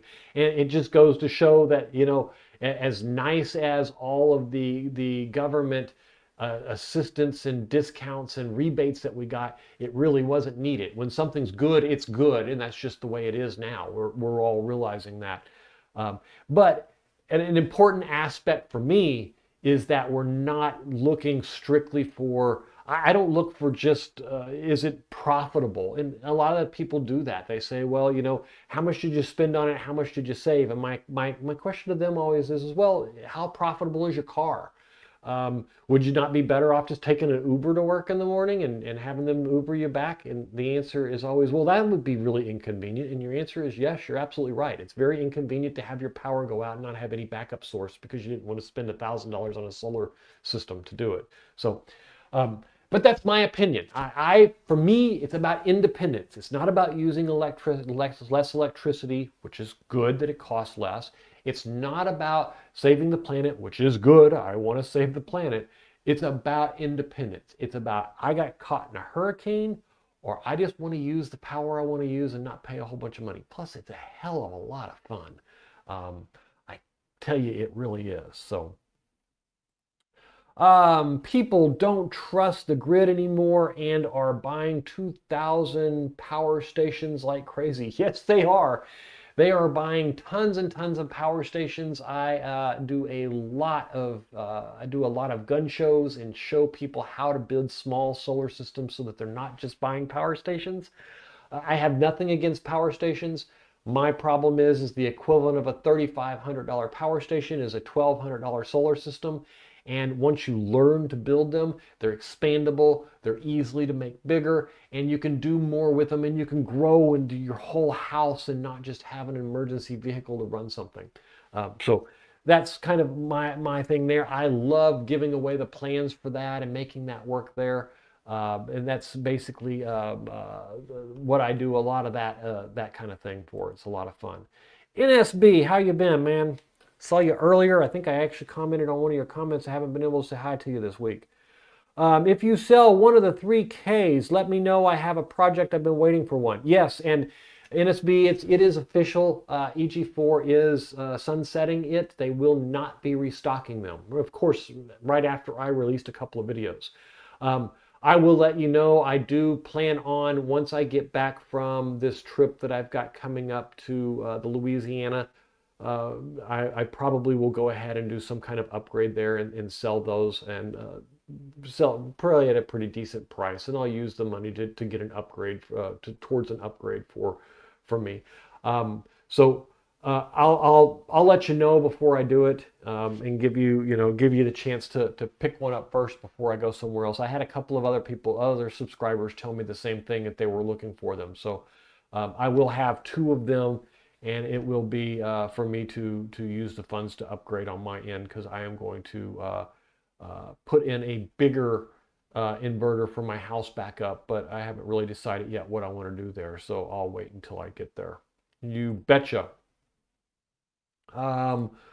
Rusty, you said you'd eventually leave Florida. Where life takes you next? I don't know that I'll actually ever leave Florida.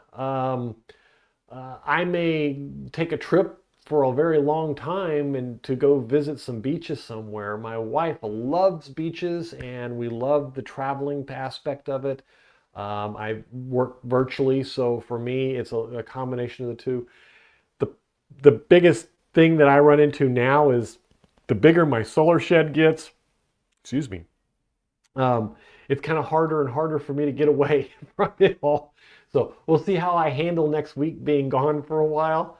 Um, but I've got it all, remote monitoring and everything now, and I've got a new camera system installed, and so it's kind of I've been playing with the last couple of weeks of monitoring everything without actually going out there as much as possible. Because in the past it's been pretty easy to walk away, but even the I've even got automations now around the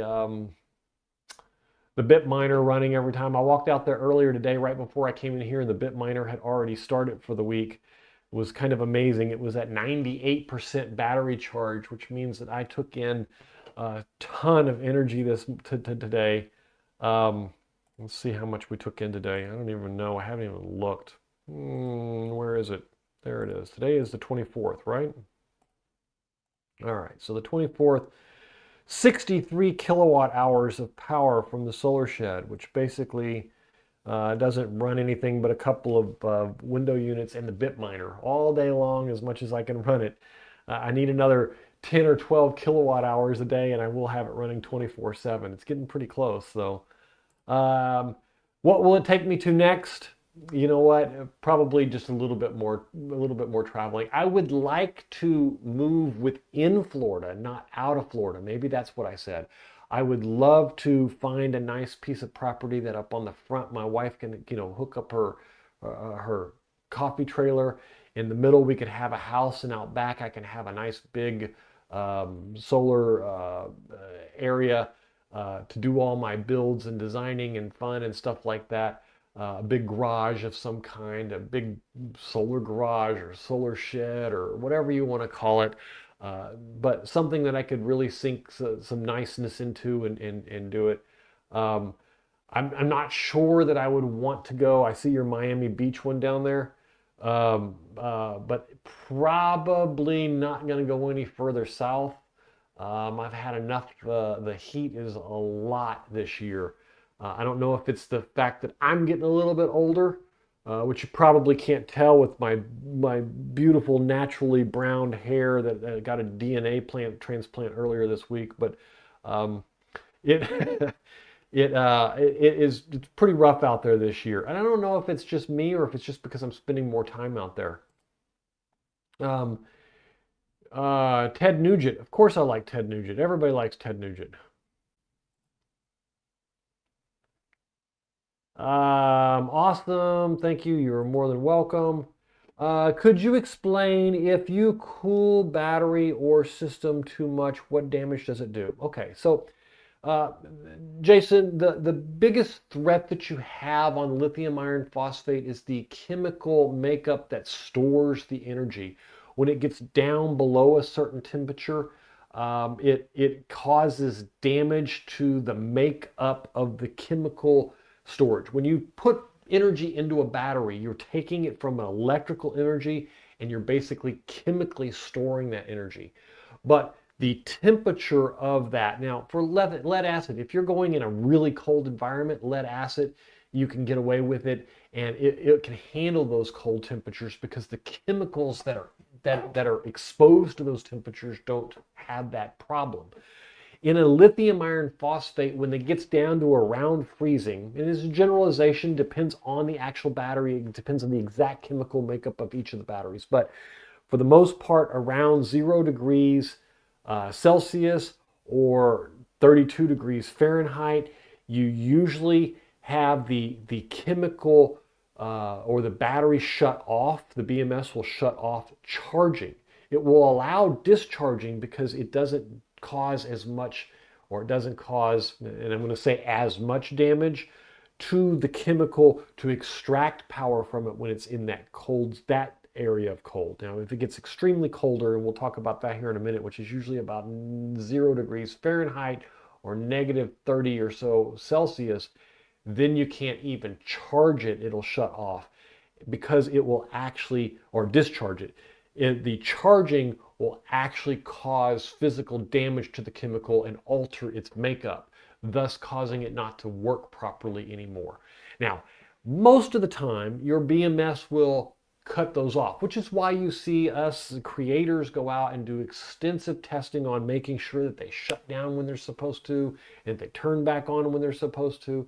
And what we're doing is we're validating that if you took this battery up north into Canada and you were camping and you went out for the day to go hiking and you come back and it's freezing in your bay and you didn't realize it, what would you need to do to make that battery? A lot of them come with heating packs now to make sure that they don't get down cold, keeping in mind that they're burning the energy in that battery to create that heat. But that's why the chemical makeup would be altered by the forcing of energy into it or the extraction of energy depending on how cold it is. And so they set those limits to minimize those effects. And hopefully that made sense to you. Miami Beach because you like to party. Yeah, I'm not much for the partying anymore. Maybe 30 years ago would have been, but not too much for the partying side of things. I don't even enjoy drinking hardly anymore. I mean, I do on the occasion, but a nice good cold beer after a hot day of working in the shed or something like that. But as far as going out and doing what I used to do when I was younger, I just don't enjoy it anymore. All right. I don't even remember where we were. Let's get back to where we were a little while ago. We were on the talking about your Uncle Ted is concert many times in concert. I've seen Uncle Ted many times rock on. Yes, Uncle Ted is pretty awesome. All right.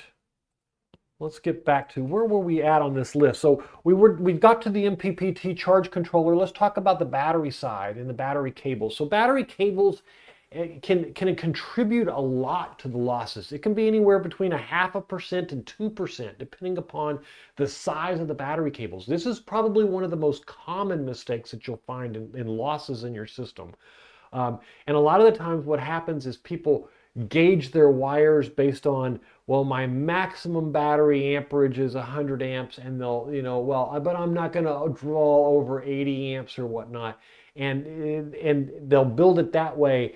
And remember that the battery loss, the efficiency loss is almost a multiplier of 4 because it is truly your current squared, meaning that if you have a 25 amp charge going into your battery, in order to support 100 amps going into your battery, the losses are times 4 times 4.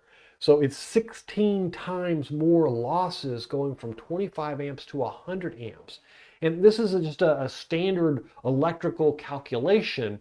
And the formula can be very, very complicated. Not really. It's just current squared for that energy, but it's a very hard concept to understand that if I'm charging my battery at 25 amps, let's say, and I'm putting 1,000 watts in, let's just say, and my losses are, let's say that I've got the wires designed where my losses are, 10 watts. Now, if I increase that wattage from 10 watts from 25 amps, to 100 amps, then it's going to be the squared of that, which means that if it doubles to 50 and then doubles again to 100, that means that 10 watts doubles going to 50 and then doubles again going to 100. So that would mean that the 10 watt loss here becomes 20 watts here, becomes 40 watts here, and it's also 40 watts for all 25 amp segments. So now it's 40 times 4, and you have 160 watt loss at 100 amps where you had a 10 watt loss at 25 amps. So it multiplies out the loss. So the battery wires make a huge difference. As we talked about it with the solar panels, the easiest solution with the solar panels was bring that voltage up, which is why a lot of panels are in series now. When you bring that voltage up, you bring that amperage down. And when you bring that amperage down, you can transmit a large amount of solar panel power over 10 gauge wire, 8 gauge wire, or even 12 gauge wire in a lot of cases. But you can't do that with your battery. Your battery is at 52 volts or it's at 12 volts. And so the only way to fix that problem is to increase the battery wire size. And that can get very expensive when you start getting into some of these high amperage systems. My solar system in the last couple of days has been charging right at 200 to 210 amps. So if you do the calculation of what is the losses between the wire size that you have at 25 like we did, and then you take that up to 200, it's multiplies again, it doubles again from the 100 to the 200. So the losses go from the 160 now to the 320, but the 320 is for every 25 amps. So the losses are dramatic. The larger the wire, the larger the amperage gets. And the easiest way to think of this is that the higher the amperages, the more losses you have multiplied by the previous losses. It's really astronomical. So 2 to 5, anywhere between 2 and 5% is what you can count, or 0.5% and 2% for battery wires. Supposing, of course, that you're sizing them properly. If you're missizing them in the first place, then that can well exceed that, especially if you have battery wires that are getting hot. Remember, the key here is if you see heat, you have losses. The question is are they legitimate losses or are they not legitimate losses? If you have a battery wire that's hot, the chances are a larger battery wire could solve it and you wouldn't have those losses. Battery charging. You can have between 1 and 3% losses on battery charging. Some incoming energy becomes heat, internal losses instead of being stored. It's the same as the ones before. Everything from, if you're taking it from AC to DC, you're going to have the loss of the AC to DC. And in that DC to the battery, you're going to have your cable losses, you're going to have your battery losses, you're going to have your going through the BMS, going through the wires and the electronics in the BMS, going into the, changing from the electrical current and power to the chemical current and power into that battery, and then pulling it back out. There's another loss there. And those losses can add up. Typically, in most systems, from beginning to end, and this is where people always get in, okay, you're going to go into all these details and you're going to talk about all these different losses. What does it come down to? Typical systems, I usually estimate between 16 and 18% round trip. In other words, if I'm collecting 1,000 watts from the solar system, I say that a properly designed system is going to lose, a properly designed system can lose between 16 and 18%. Now, that means that if you have 1,000 watts of power, you can have 160 of those watts just gone. That's what it costs to take that energy, convert it to AC power so that you can use it to change it from solar panel DC high voltage power down to your battery power, to stick it chemically into your battery, to take it out of your battery, to then use it. That's what it's going to cost you for all those electronic devices and all those connections, all those wire connections and everything, if it's designed correctly. And for every one of those that's wrong, it's going to multiply that loss over and over and over again. Battery discharge between 1 and 3%. So earlier tonight, someone had mentioned that you could have battery losses up to about 10%. And my guess is it's probably standard is closer to about 8%, but there is a cost for going into the battery and coming out of the battery. That's why it's important that if you can short circuit some of these spots, and for example, if you do a lot of laundry and you dry your clothes in the evening after the sun's gone down, the kids are in bed, you throw your laundry in. Well, you're pulling that power from the batteries. So you had to pay for that power to be converted into the battery, chemical battery, and then extracted out of that battery and then changed into AC power so that you could use it. But if you were to rearrange the way you did things and run that air dryer in the middle of the day, the battery power, the solar panels would produce the power, the inverter would get the power and immediately convert it to AC. You no longer have to pay the losses of it going to the battery through the wires and the connectors.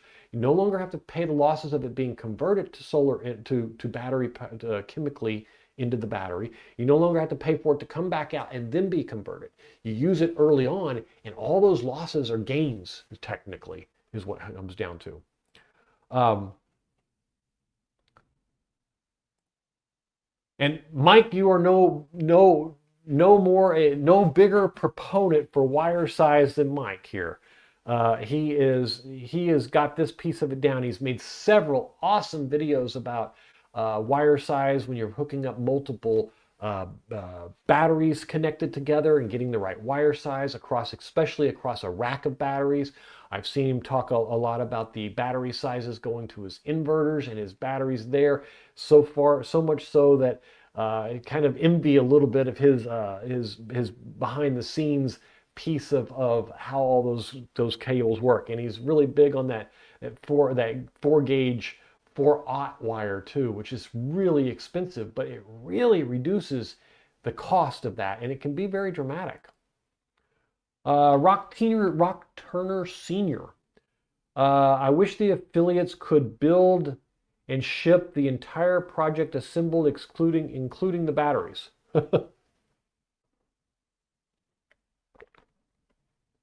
Rocket wouldn't be much DIY if you didn't have the D in it, or the Y. Um, it's funny you should say that. I go to a lot of gun shows and show people how to build, small solar systems to keep refrigerators running and stuff. And probably, I would say about 60% of the time, I'll make the comment to someone, well, if you want the DIY, but you don't want the Y included, I'll sell you the demo model that I have on the table here. And about 60% of the time, someone takes the demo model home with them. And to me, it doesn't matter. I like to refresh it and rebuild it and do it again. And it makes for good opportunity for me to make sure the parts are refreshed and the batteries don't age and the system gets some good use. So I kind of like that aspect. But the whole point of the project for me is teaching people the why of the DIY.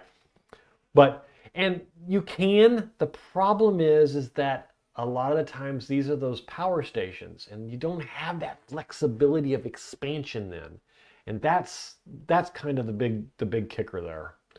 But I get your point, and it is not an uncommon request. Just not sure exactly how they do it yet. I wonder why solar inverters are sold in watts and not amps. Instead of the 600 XP, a 240 25 amp XP. Um, I think a lot of that is just the amps are related to the voltage, and there's so many people that are run the 6000 XP as two independent, 120 volt legs, that they're not looking at it that way. Um, but I kind of see your point. It is listed in the specs. It is listed on both the 12,000 XP and the matter of fact, I've seen it listed pretty much in all of them. And it will tell you the max output of the amps. And I think it's, what is it? Is it 25 amps? I thought I looked at that spec earlier today and it was like 26 or 28. I mean, your argument is exactly the same, but it was 3,000 divided by 120. It's 25 amps. You're exactly right. All right, moving on. Good point, Jeff. And I don't know. I think it's just because people have that measurement already and you don't look at devices and say, oh, well, it takes, 3.2 amps to run that. They look at it as, well, it takes this many watts to run it. And amps are a measurement of the voltage. So doesn't have quite the same ring to it. A DI project instead of a DIY project? You're right. Campers and things are expensive to purchase for one-time use. Crimpers and things. Yeah, and they absolutely are. And believe it or not, I have in the kit that I use that I sell at the gun shows. I actually have a cabling kit that I sell with it. So for a lot of people, they want to do the DIY and they want to put the system together. They want to build it and everything, but they don't want to buy crimpers and cable connectors and all that. So I'll sell them a set of cables right there that they can buy. And then they order all the parts and they can put it together and it's already done. But you're absolutely right. They are very expensive to do one time. Unfortunately, the cables ordered one time are kind of expensive too, so you're only doing them once also. All right, I don't remember where I am here. Um, Let's see what we got going on. I don't see, let me go check TikTok, see if I missed any comments over there. Nope, nothing new. I think that's all the same stuff. If I missed anything on TikTok, guys, just let me know. Bouncing back and forth a little bit tonight. And let me see. Oh, I see what I did. And go back over here. All right. So we are looking at where were we at? We were down here under battery discharge. So BMS and battery electronics have small continuous load. And this is something that we all know, but we probably don't all think about. The BMS inside your battery actually has a load also. And this is something that those of you who've left batteries sitting in garages or sitting out for a long time, and the question always becomes, well, why did my battery die, or why did I brick my battery? And the fact is when that battery is sitting there, it's hooked up to a piece of electronics that is monitoring the voltage. It's checking to make sure it's balanced. It's making sure it doesn't have overcurrent and undercurrent. It's got temperature sensors. It's got all of these devices connected to it. Remarkably, it's using milliamps to run all that. But over a period of time, it slowly drains your battery. And I thought I saw a statistic earlier this week, probably while I was doing the battery review. And it showed, I think it said 3% a month. So you figure that if your battery is draining at 3% a month, that means that you basically got 33 months to go from 100% to zero. At the same time, if you're start off by you run your battery down to, on a trip out in your RV, and you run your battery down to 12 or 15%, and then you go park it for the winter, you literally in 5 months could have a battery that's permanently damaged, or as they call bricked. Now, it doesn't matter if the inverter or the BMS shuts it down and says, hey, you can't have this power anymore. That same BMS is what turns it back on when it realizes it has power. Well, how can it turn it back on if it's monitoring the whole time and drains it all the way down to nothing? And that's where you run into the problem. That's why they tell you that batteries, especially lithium iron phosphate, you can run them down to zero, but you need to turn around and charge them back up. They're not like lead acid that's going to be damaged after 50% discharge, but so you can run them down. And it's quite common for us when we're testing batteries, we run them down to zero. As a matter of fact, I've got several of them that I do that to all the time. But you don't want to leave them there, because that parasite drain, that trickle drain, will bring the cells out of that safe zone. So let's say that you look on a battery specs, and let's take a 12-volt battery or a 48-volt battery, for example. A 48-volt battery, and it says shut-off voltage is at 42 volts. Okay, well, shut-off voltage, and this isn't true for all of them. They all have different shut-off voltages, but let's take, for example, a 42 volts. There's 16 cells in that battery that make up the battery. And that means that each one of those cells is at 2.62 volts. Now, if you look at the specs of that battery, those cells' minimum voltage is 2.5. Now, I'm gonna guess that 2.5 times 16 is right at 40 volts. And that means that if it shuts off at 40 and you let it sit there, it's gonna parasite drain down below where it's supposed to be, past this isn't gonna damage its zone. Now, that's what the BMS is designed to do. It's designed to shut it down so it doesn't get damaged. But that doesn't mean you can leave it unattended after that, because then it will continue on its own to drain past that safe zone, because there's nothing preventing it from doing it. The BMS stopped the big drain, stopped you from running your air conditioner, but it isn't going to stop the BMS from monitoring it. It isn't going to stop the LED light saying that the battery's got an error or whatever. All of those are still going to be there.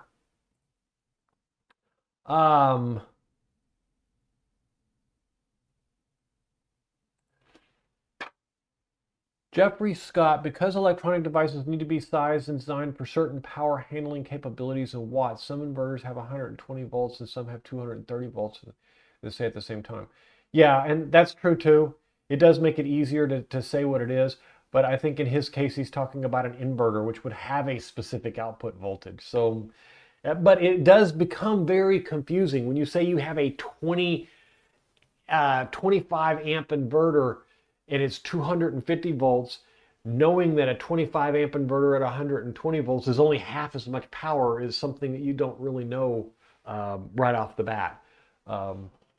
Anyway, good point though. All right, getting down to the end here. Inverter conversion costs sometimes can be as expensive as little as 3% and up to 10%. This is what it takes to take that power from that battery voltage and convert it into AC voltage. And this is why it's so important, things like DC powered air conditioners and stuff like that. DC powered refrigerators in an RV. That's why they create them, because the efficiency is so much better. You no longer have to have the inverter cost of running the inverter and doing all that conversion in order to use that same wattage, that same power, that same energy. Now, you still have to pay to chemically place it in the battery to take it out of chemical and put it in electrical energy, but you don't have to pay to convert it from DC to AC power so that you can use it to run your refrigerator or use it to run your air conditioner. And that loss between 3 and 10% can be pretty dramatic. Now, there's a few other ones here: AC wiring, breaker panels and stuff like that. A lot of those can be between 1 and 3%. And that's because a lot of those runs are a lot longer than your standard run. You look in a house or something like that, and you got a 120 volt line running all the way across the house. Whereas a lot of the times in a solar system for your batteries, they're placed within a few feet of where they need to be. So you don't have as dramatic losses. People commonly use 100-foot extension cords. Now imagine what a 100-foot extension cord would do to your PV panels. How much drop would you have there depending upon the voltage that they were running on? And appliance conversions vary wildly, and this is where you get into some complicated things such as power factors and stuff like that, where you have a certain amount of voltage that's used, but it can only use it so efficient that part of it's considered a loss because it was generated and not able to be used to 100%. And so there's a lot of that. The electric companies suffer from power factors quite a bit, where they generate, let's say, 100 amps of power, or let's say 1,000 amps of power for this group of homes, and we use 1,000 amps of that power, but only 98 of or only 998 of them are actually billable because the power factor is low. In other words, the percentage, the way this splits and the way it works, there's a loss there in what's functionally usable there. So these are all of the things. What it comes down to is a properly designed system, taking into account all of the lowest calculations that we just went through, can have between 15, 16, 17% losses. I usually calculate it at 16 to 18%. But even a properly designed one can have up to 20, 25% depending on what you're doing. And then the more mistakes you make, if you looked at the worst case of all of these, it could be up to 60% losses. So if you're experiencing a significant loss in your system, I would say anything over 20%. If you're taking in 1,000 watts of power and you're not getting 80% of it, meaning 800 watts of it back, then you should be looking for these problems. You should be going through these items and saying, let's check out my connectors to my PV panels. Let's check out the DC wiring. Let's check out the MC4 connectors. Let's look at the breakers and the fuses and the connectors. Let's get a thermal camera and look at the scans and see what's hot and what's burning more power than it's supposed to. Let's look at the idle consumption of my inverter.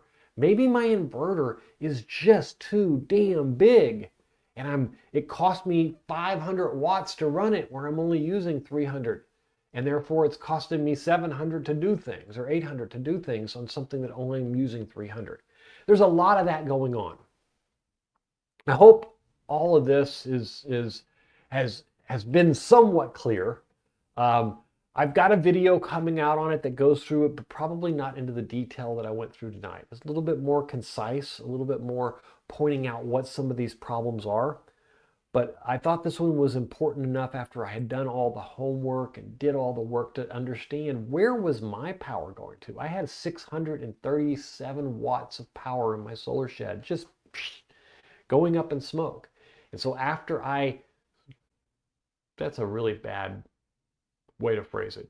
I had 637 watts of power being used and consumed in order to operate my system, what I thought were losses. I thought were legitimate losses. I'm thinking, well, how can this be? How can there be that much? And you don't realize how significant those are until you start realizing when those amps start to multiply, so do those losses. Except the amps may double, the losses quadruple every time. So if you double the amps from 25 to 50, quadruple the losses from 10 to 40 for each of the ones that you have there. So anyway, hope this has been useful. Lots of great chat tonight. I do want to welcome all of the TikTok viewers, your new guys. Thank you for showing up. The Facebook people, thank you for showing up. The Twitch guys, I think this is your second week, but I did miss last week because we had a fantastic live stream with Mike's Solar Garage and Eric from the old Jarhead. God, that was probably one of the most best live streams I have ever had, or ever watched actually, and been on. If you've missed it, I highly suggest you go back and watch it again. I know, Mike, you're still here. I don't know what you thought about it, but that was probably one of the most fun live streams I've ever had. I look forward to another one like that again. Couple more questions we got here, and we'll do some talk about where we've come in the last week and what's coming up next. If one plug on a 1,000-watt inverter puts out less watts than the same plug right next to it, is the inverter bad? And I guess the question would become, how do you know it puts out less watts? Did you actually put a device in there that pulled 1,000 watts and then the other one wouldn't allow it to pull 1,000 watts? And is the inverter, this is kind of a loaded question, so I'm going to give you a loaded answer. I'm going to explain each part of it. If one plug on a 1,000-watt inverter puts out less wattage for the same plug right next to it, is the inverter bad? I would venture to say probably more likely the plug or the wiring to the plug is bad. If the inverter can put out the 1,000 watts on one, it may have a bad connection to the second one or something along those lines. If it was me, I probably would be forced to open it up and find out what the hell is going on and take my thermal camera and see if I could find the heat. I would start by just pointing it at the plug on the outside. If it's having problems producing 1,000 watts out of both sides. In other words, let's say you take a heat gun that uses 1,000 watts. You plug it into one, you turn it on, it works. You plug it into the second one, and it won't run. My guess is it's probably the plug or the wiring to the plug, and it probably is significant that you fix it and don't just ignore it, because it could be a fire hazard that you don't even realize. Even at 500 watts, maybe it's working, but it's getting hot and melting inside or something bad like that. Jeffrey, solar aside, how often should I go through your house and check panels, lugs, breakers, screws, and outside screws? I think Mike's answer is probably one of the best things, and I concur with his answer exactly. So I'm just going to pull it up on the screen here. It says, Jeffrey, I check my connections monthly, sometimes every other month, but I've noticed connections loosen with heat cycles. And he is absolutely right. I move my system around a ton, and I have found there are two things that you can't do enough of. One, when you build something, when you're all done, go back through and check all your connections one more time.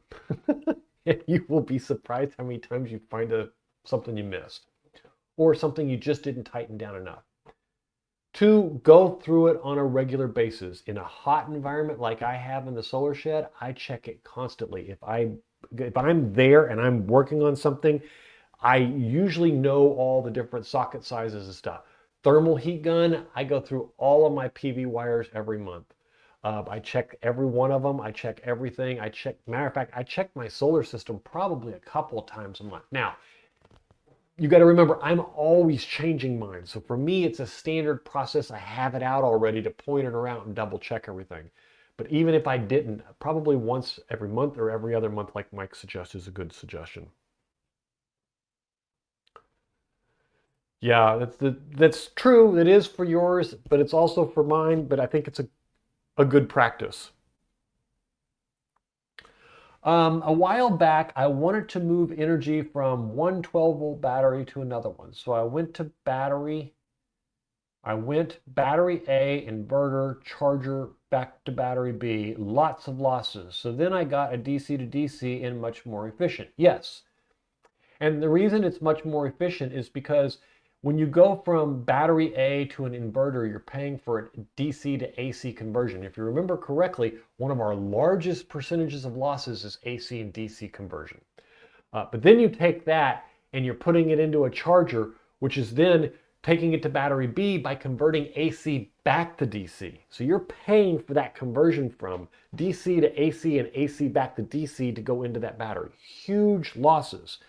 A DC to DC converter will basically pull, let's say it's going from 12 volts to 12 volts, it will pull 12 volts here, but it may pull it at 13 amps in order to charge 12 amps. So you have a 1 amp loss, which may end up being 10%, but that is nothing compared to the probably 20, 25, maybe 30% you lost by converting it from AC to DC and back from DC to AC. And a lot of that also depends on the charger you were using, the inverter you were using, the amount of power you were doing, and the cables and the wires and the connections. And I can't stress enough, AC to DC, that's a very expensive conversion.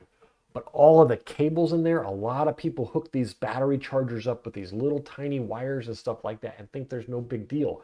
And a lot of their losses are there, right there in that spot.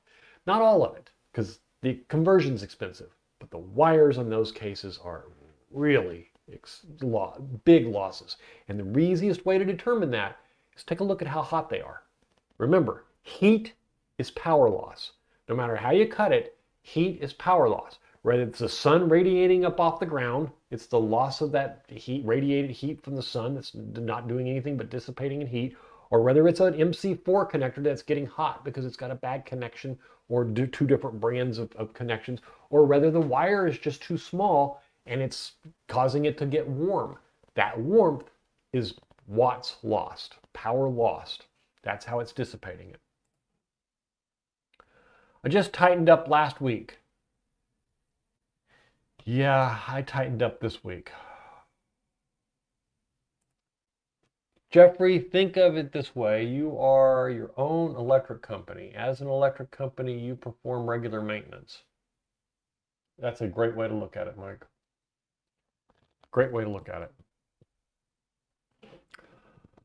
All right, guys. I think it is starting to become that time anyway. YouTube subscribers, you guys got me up to 26,067.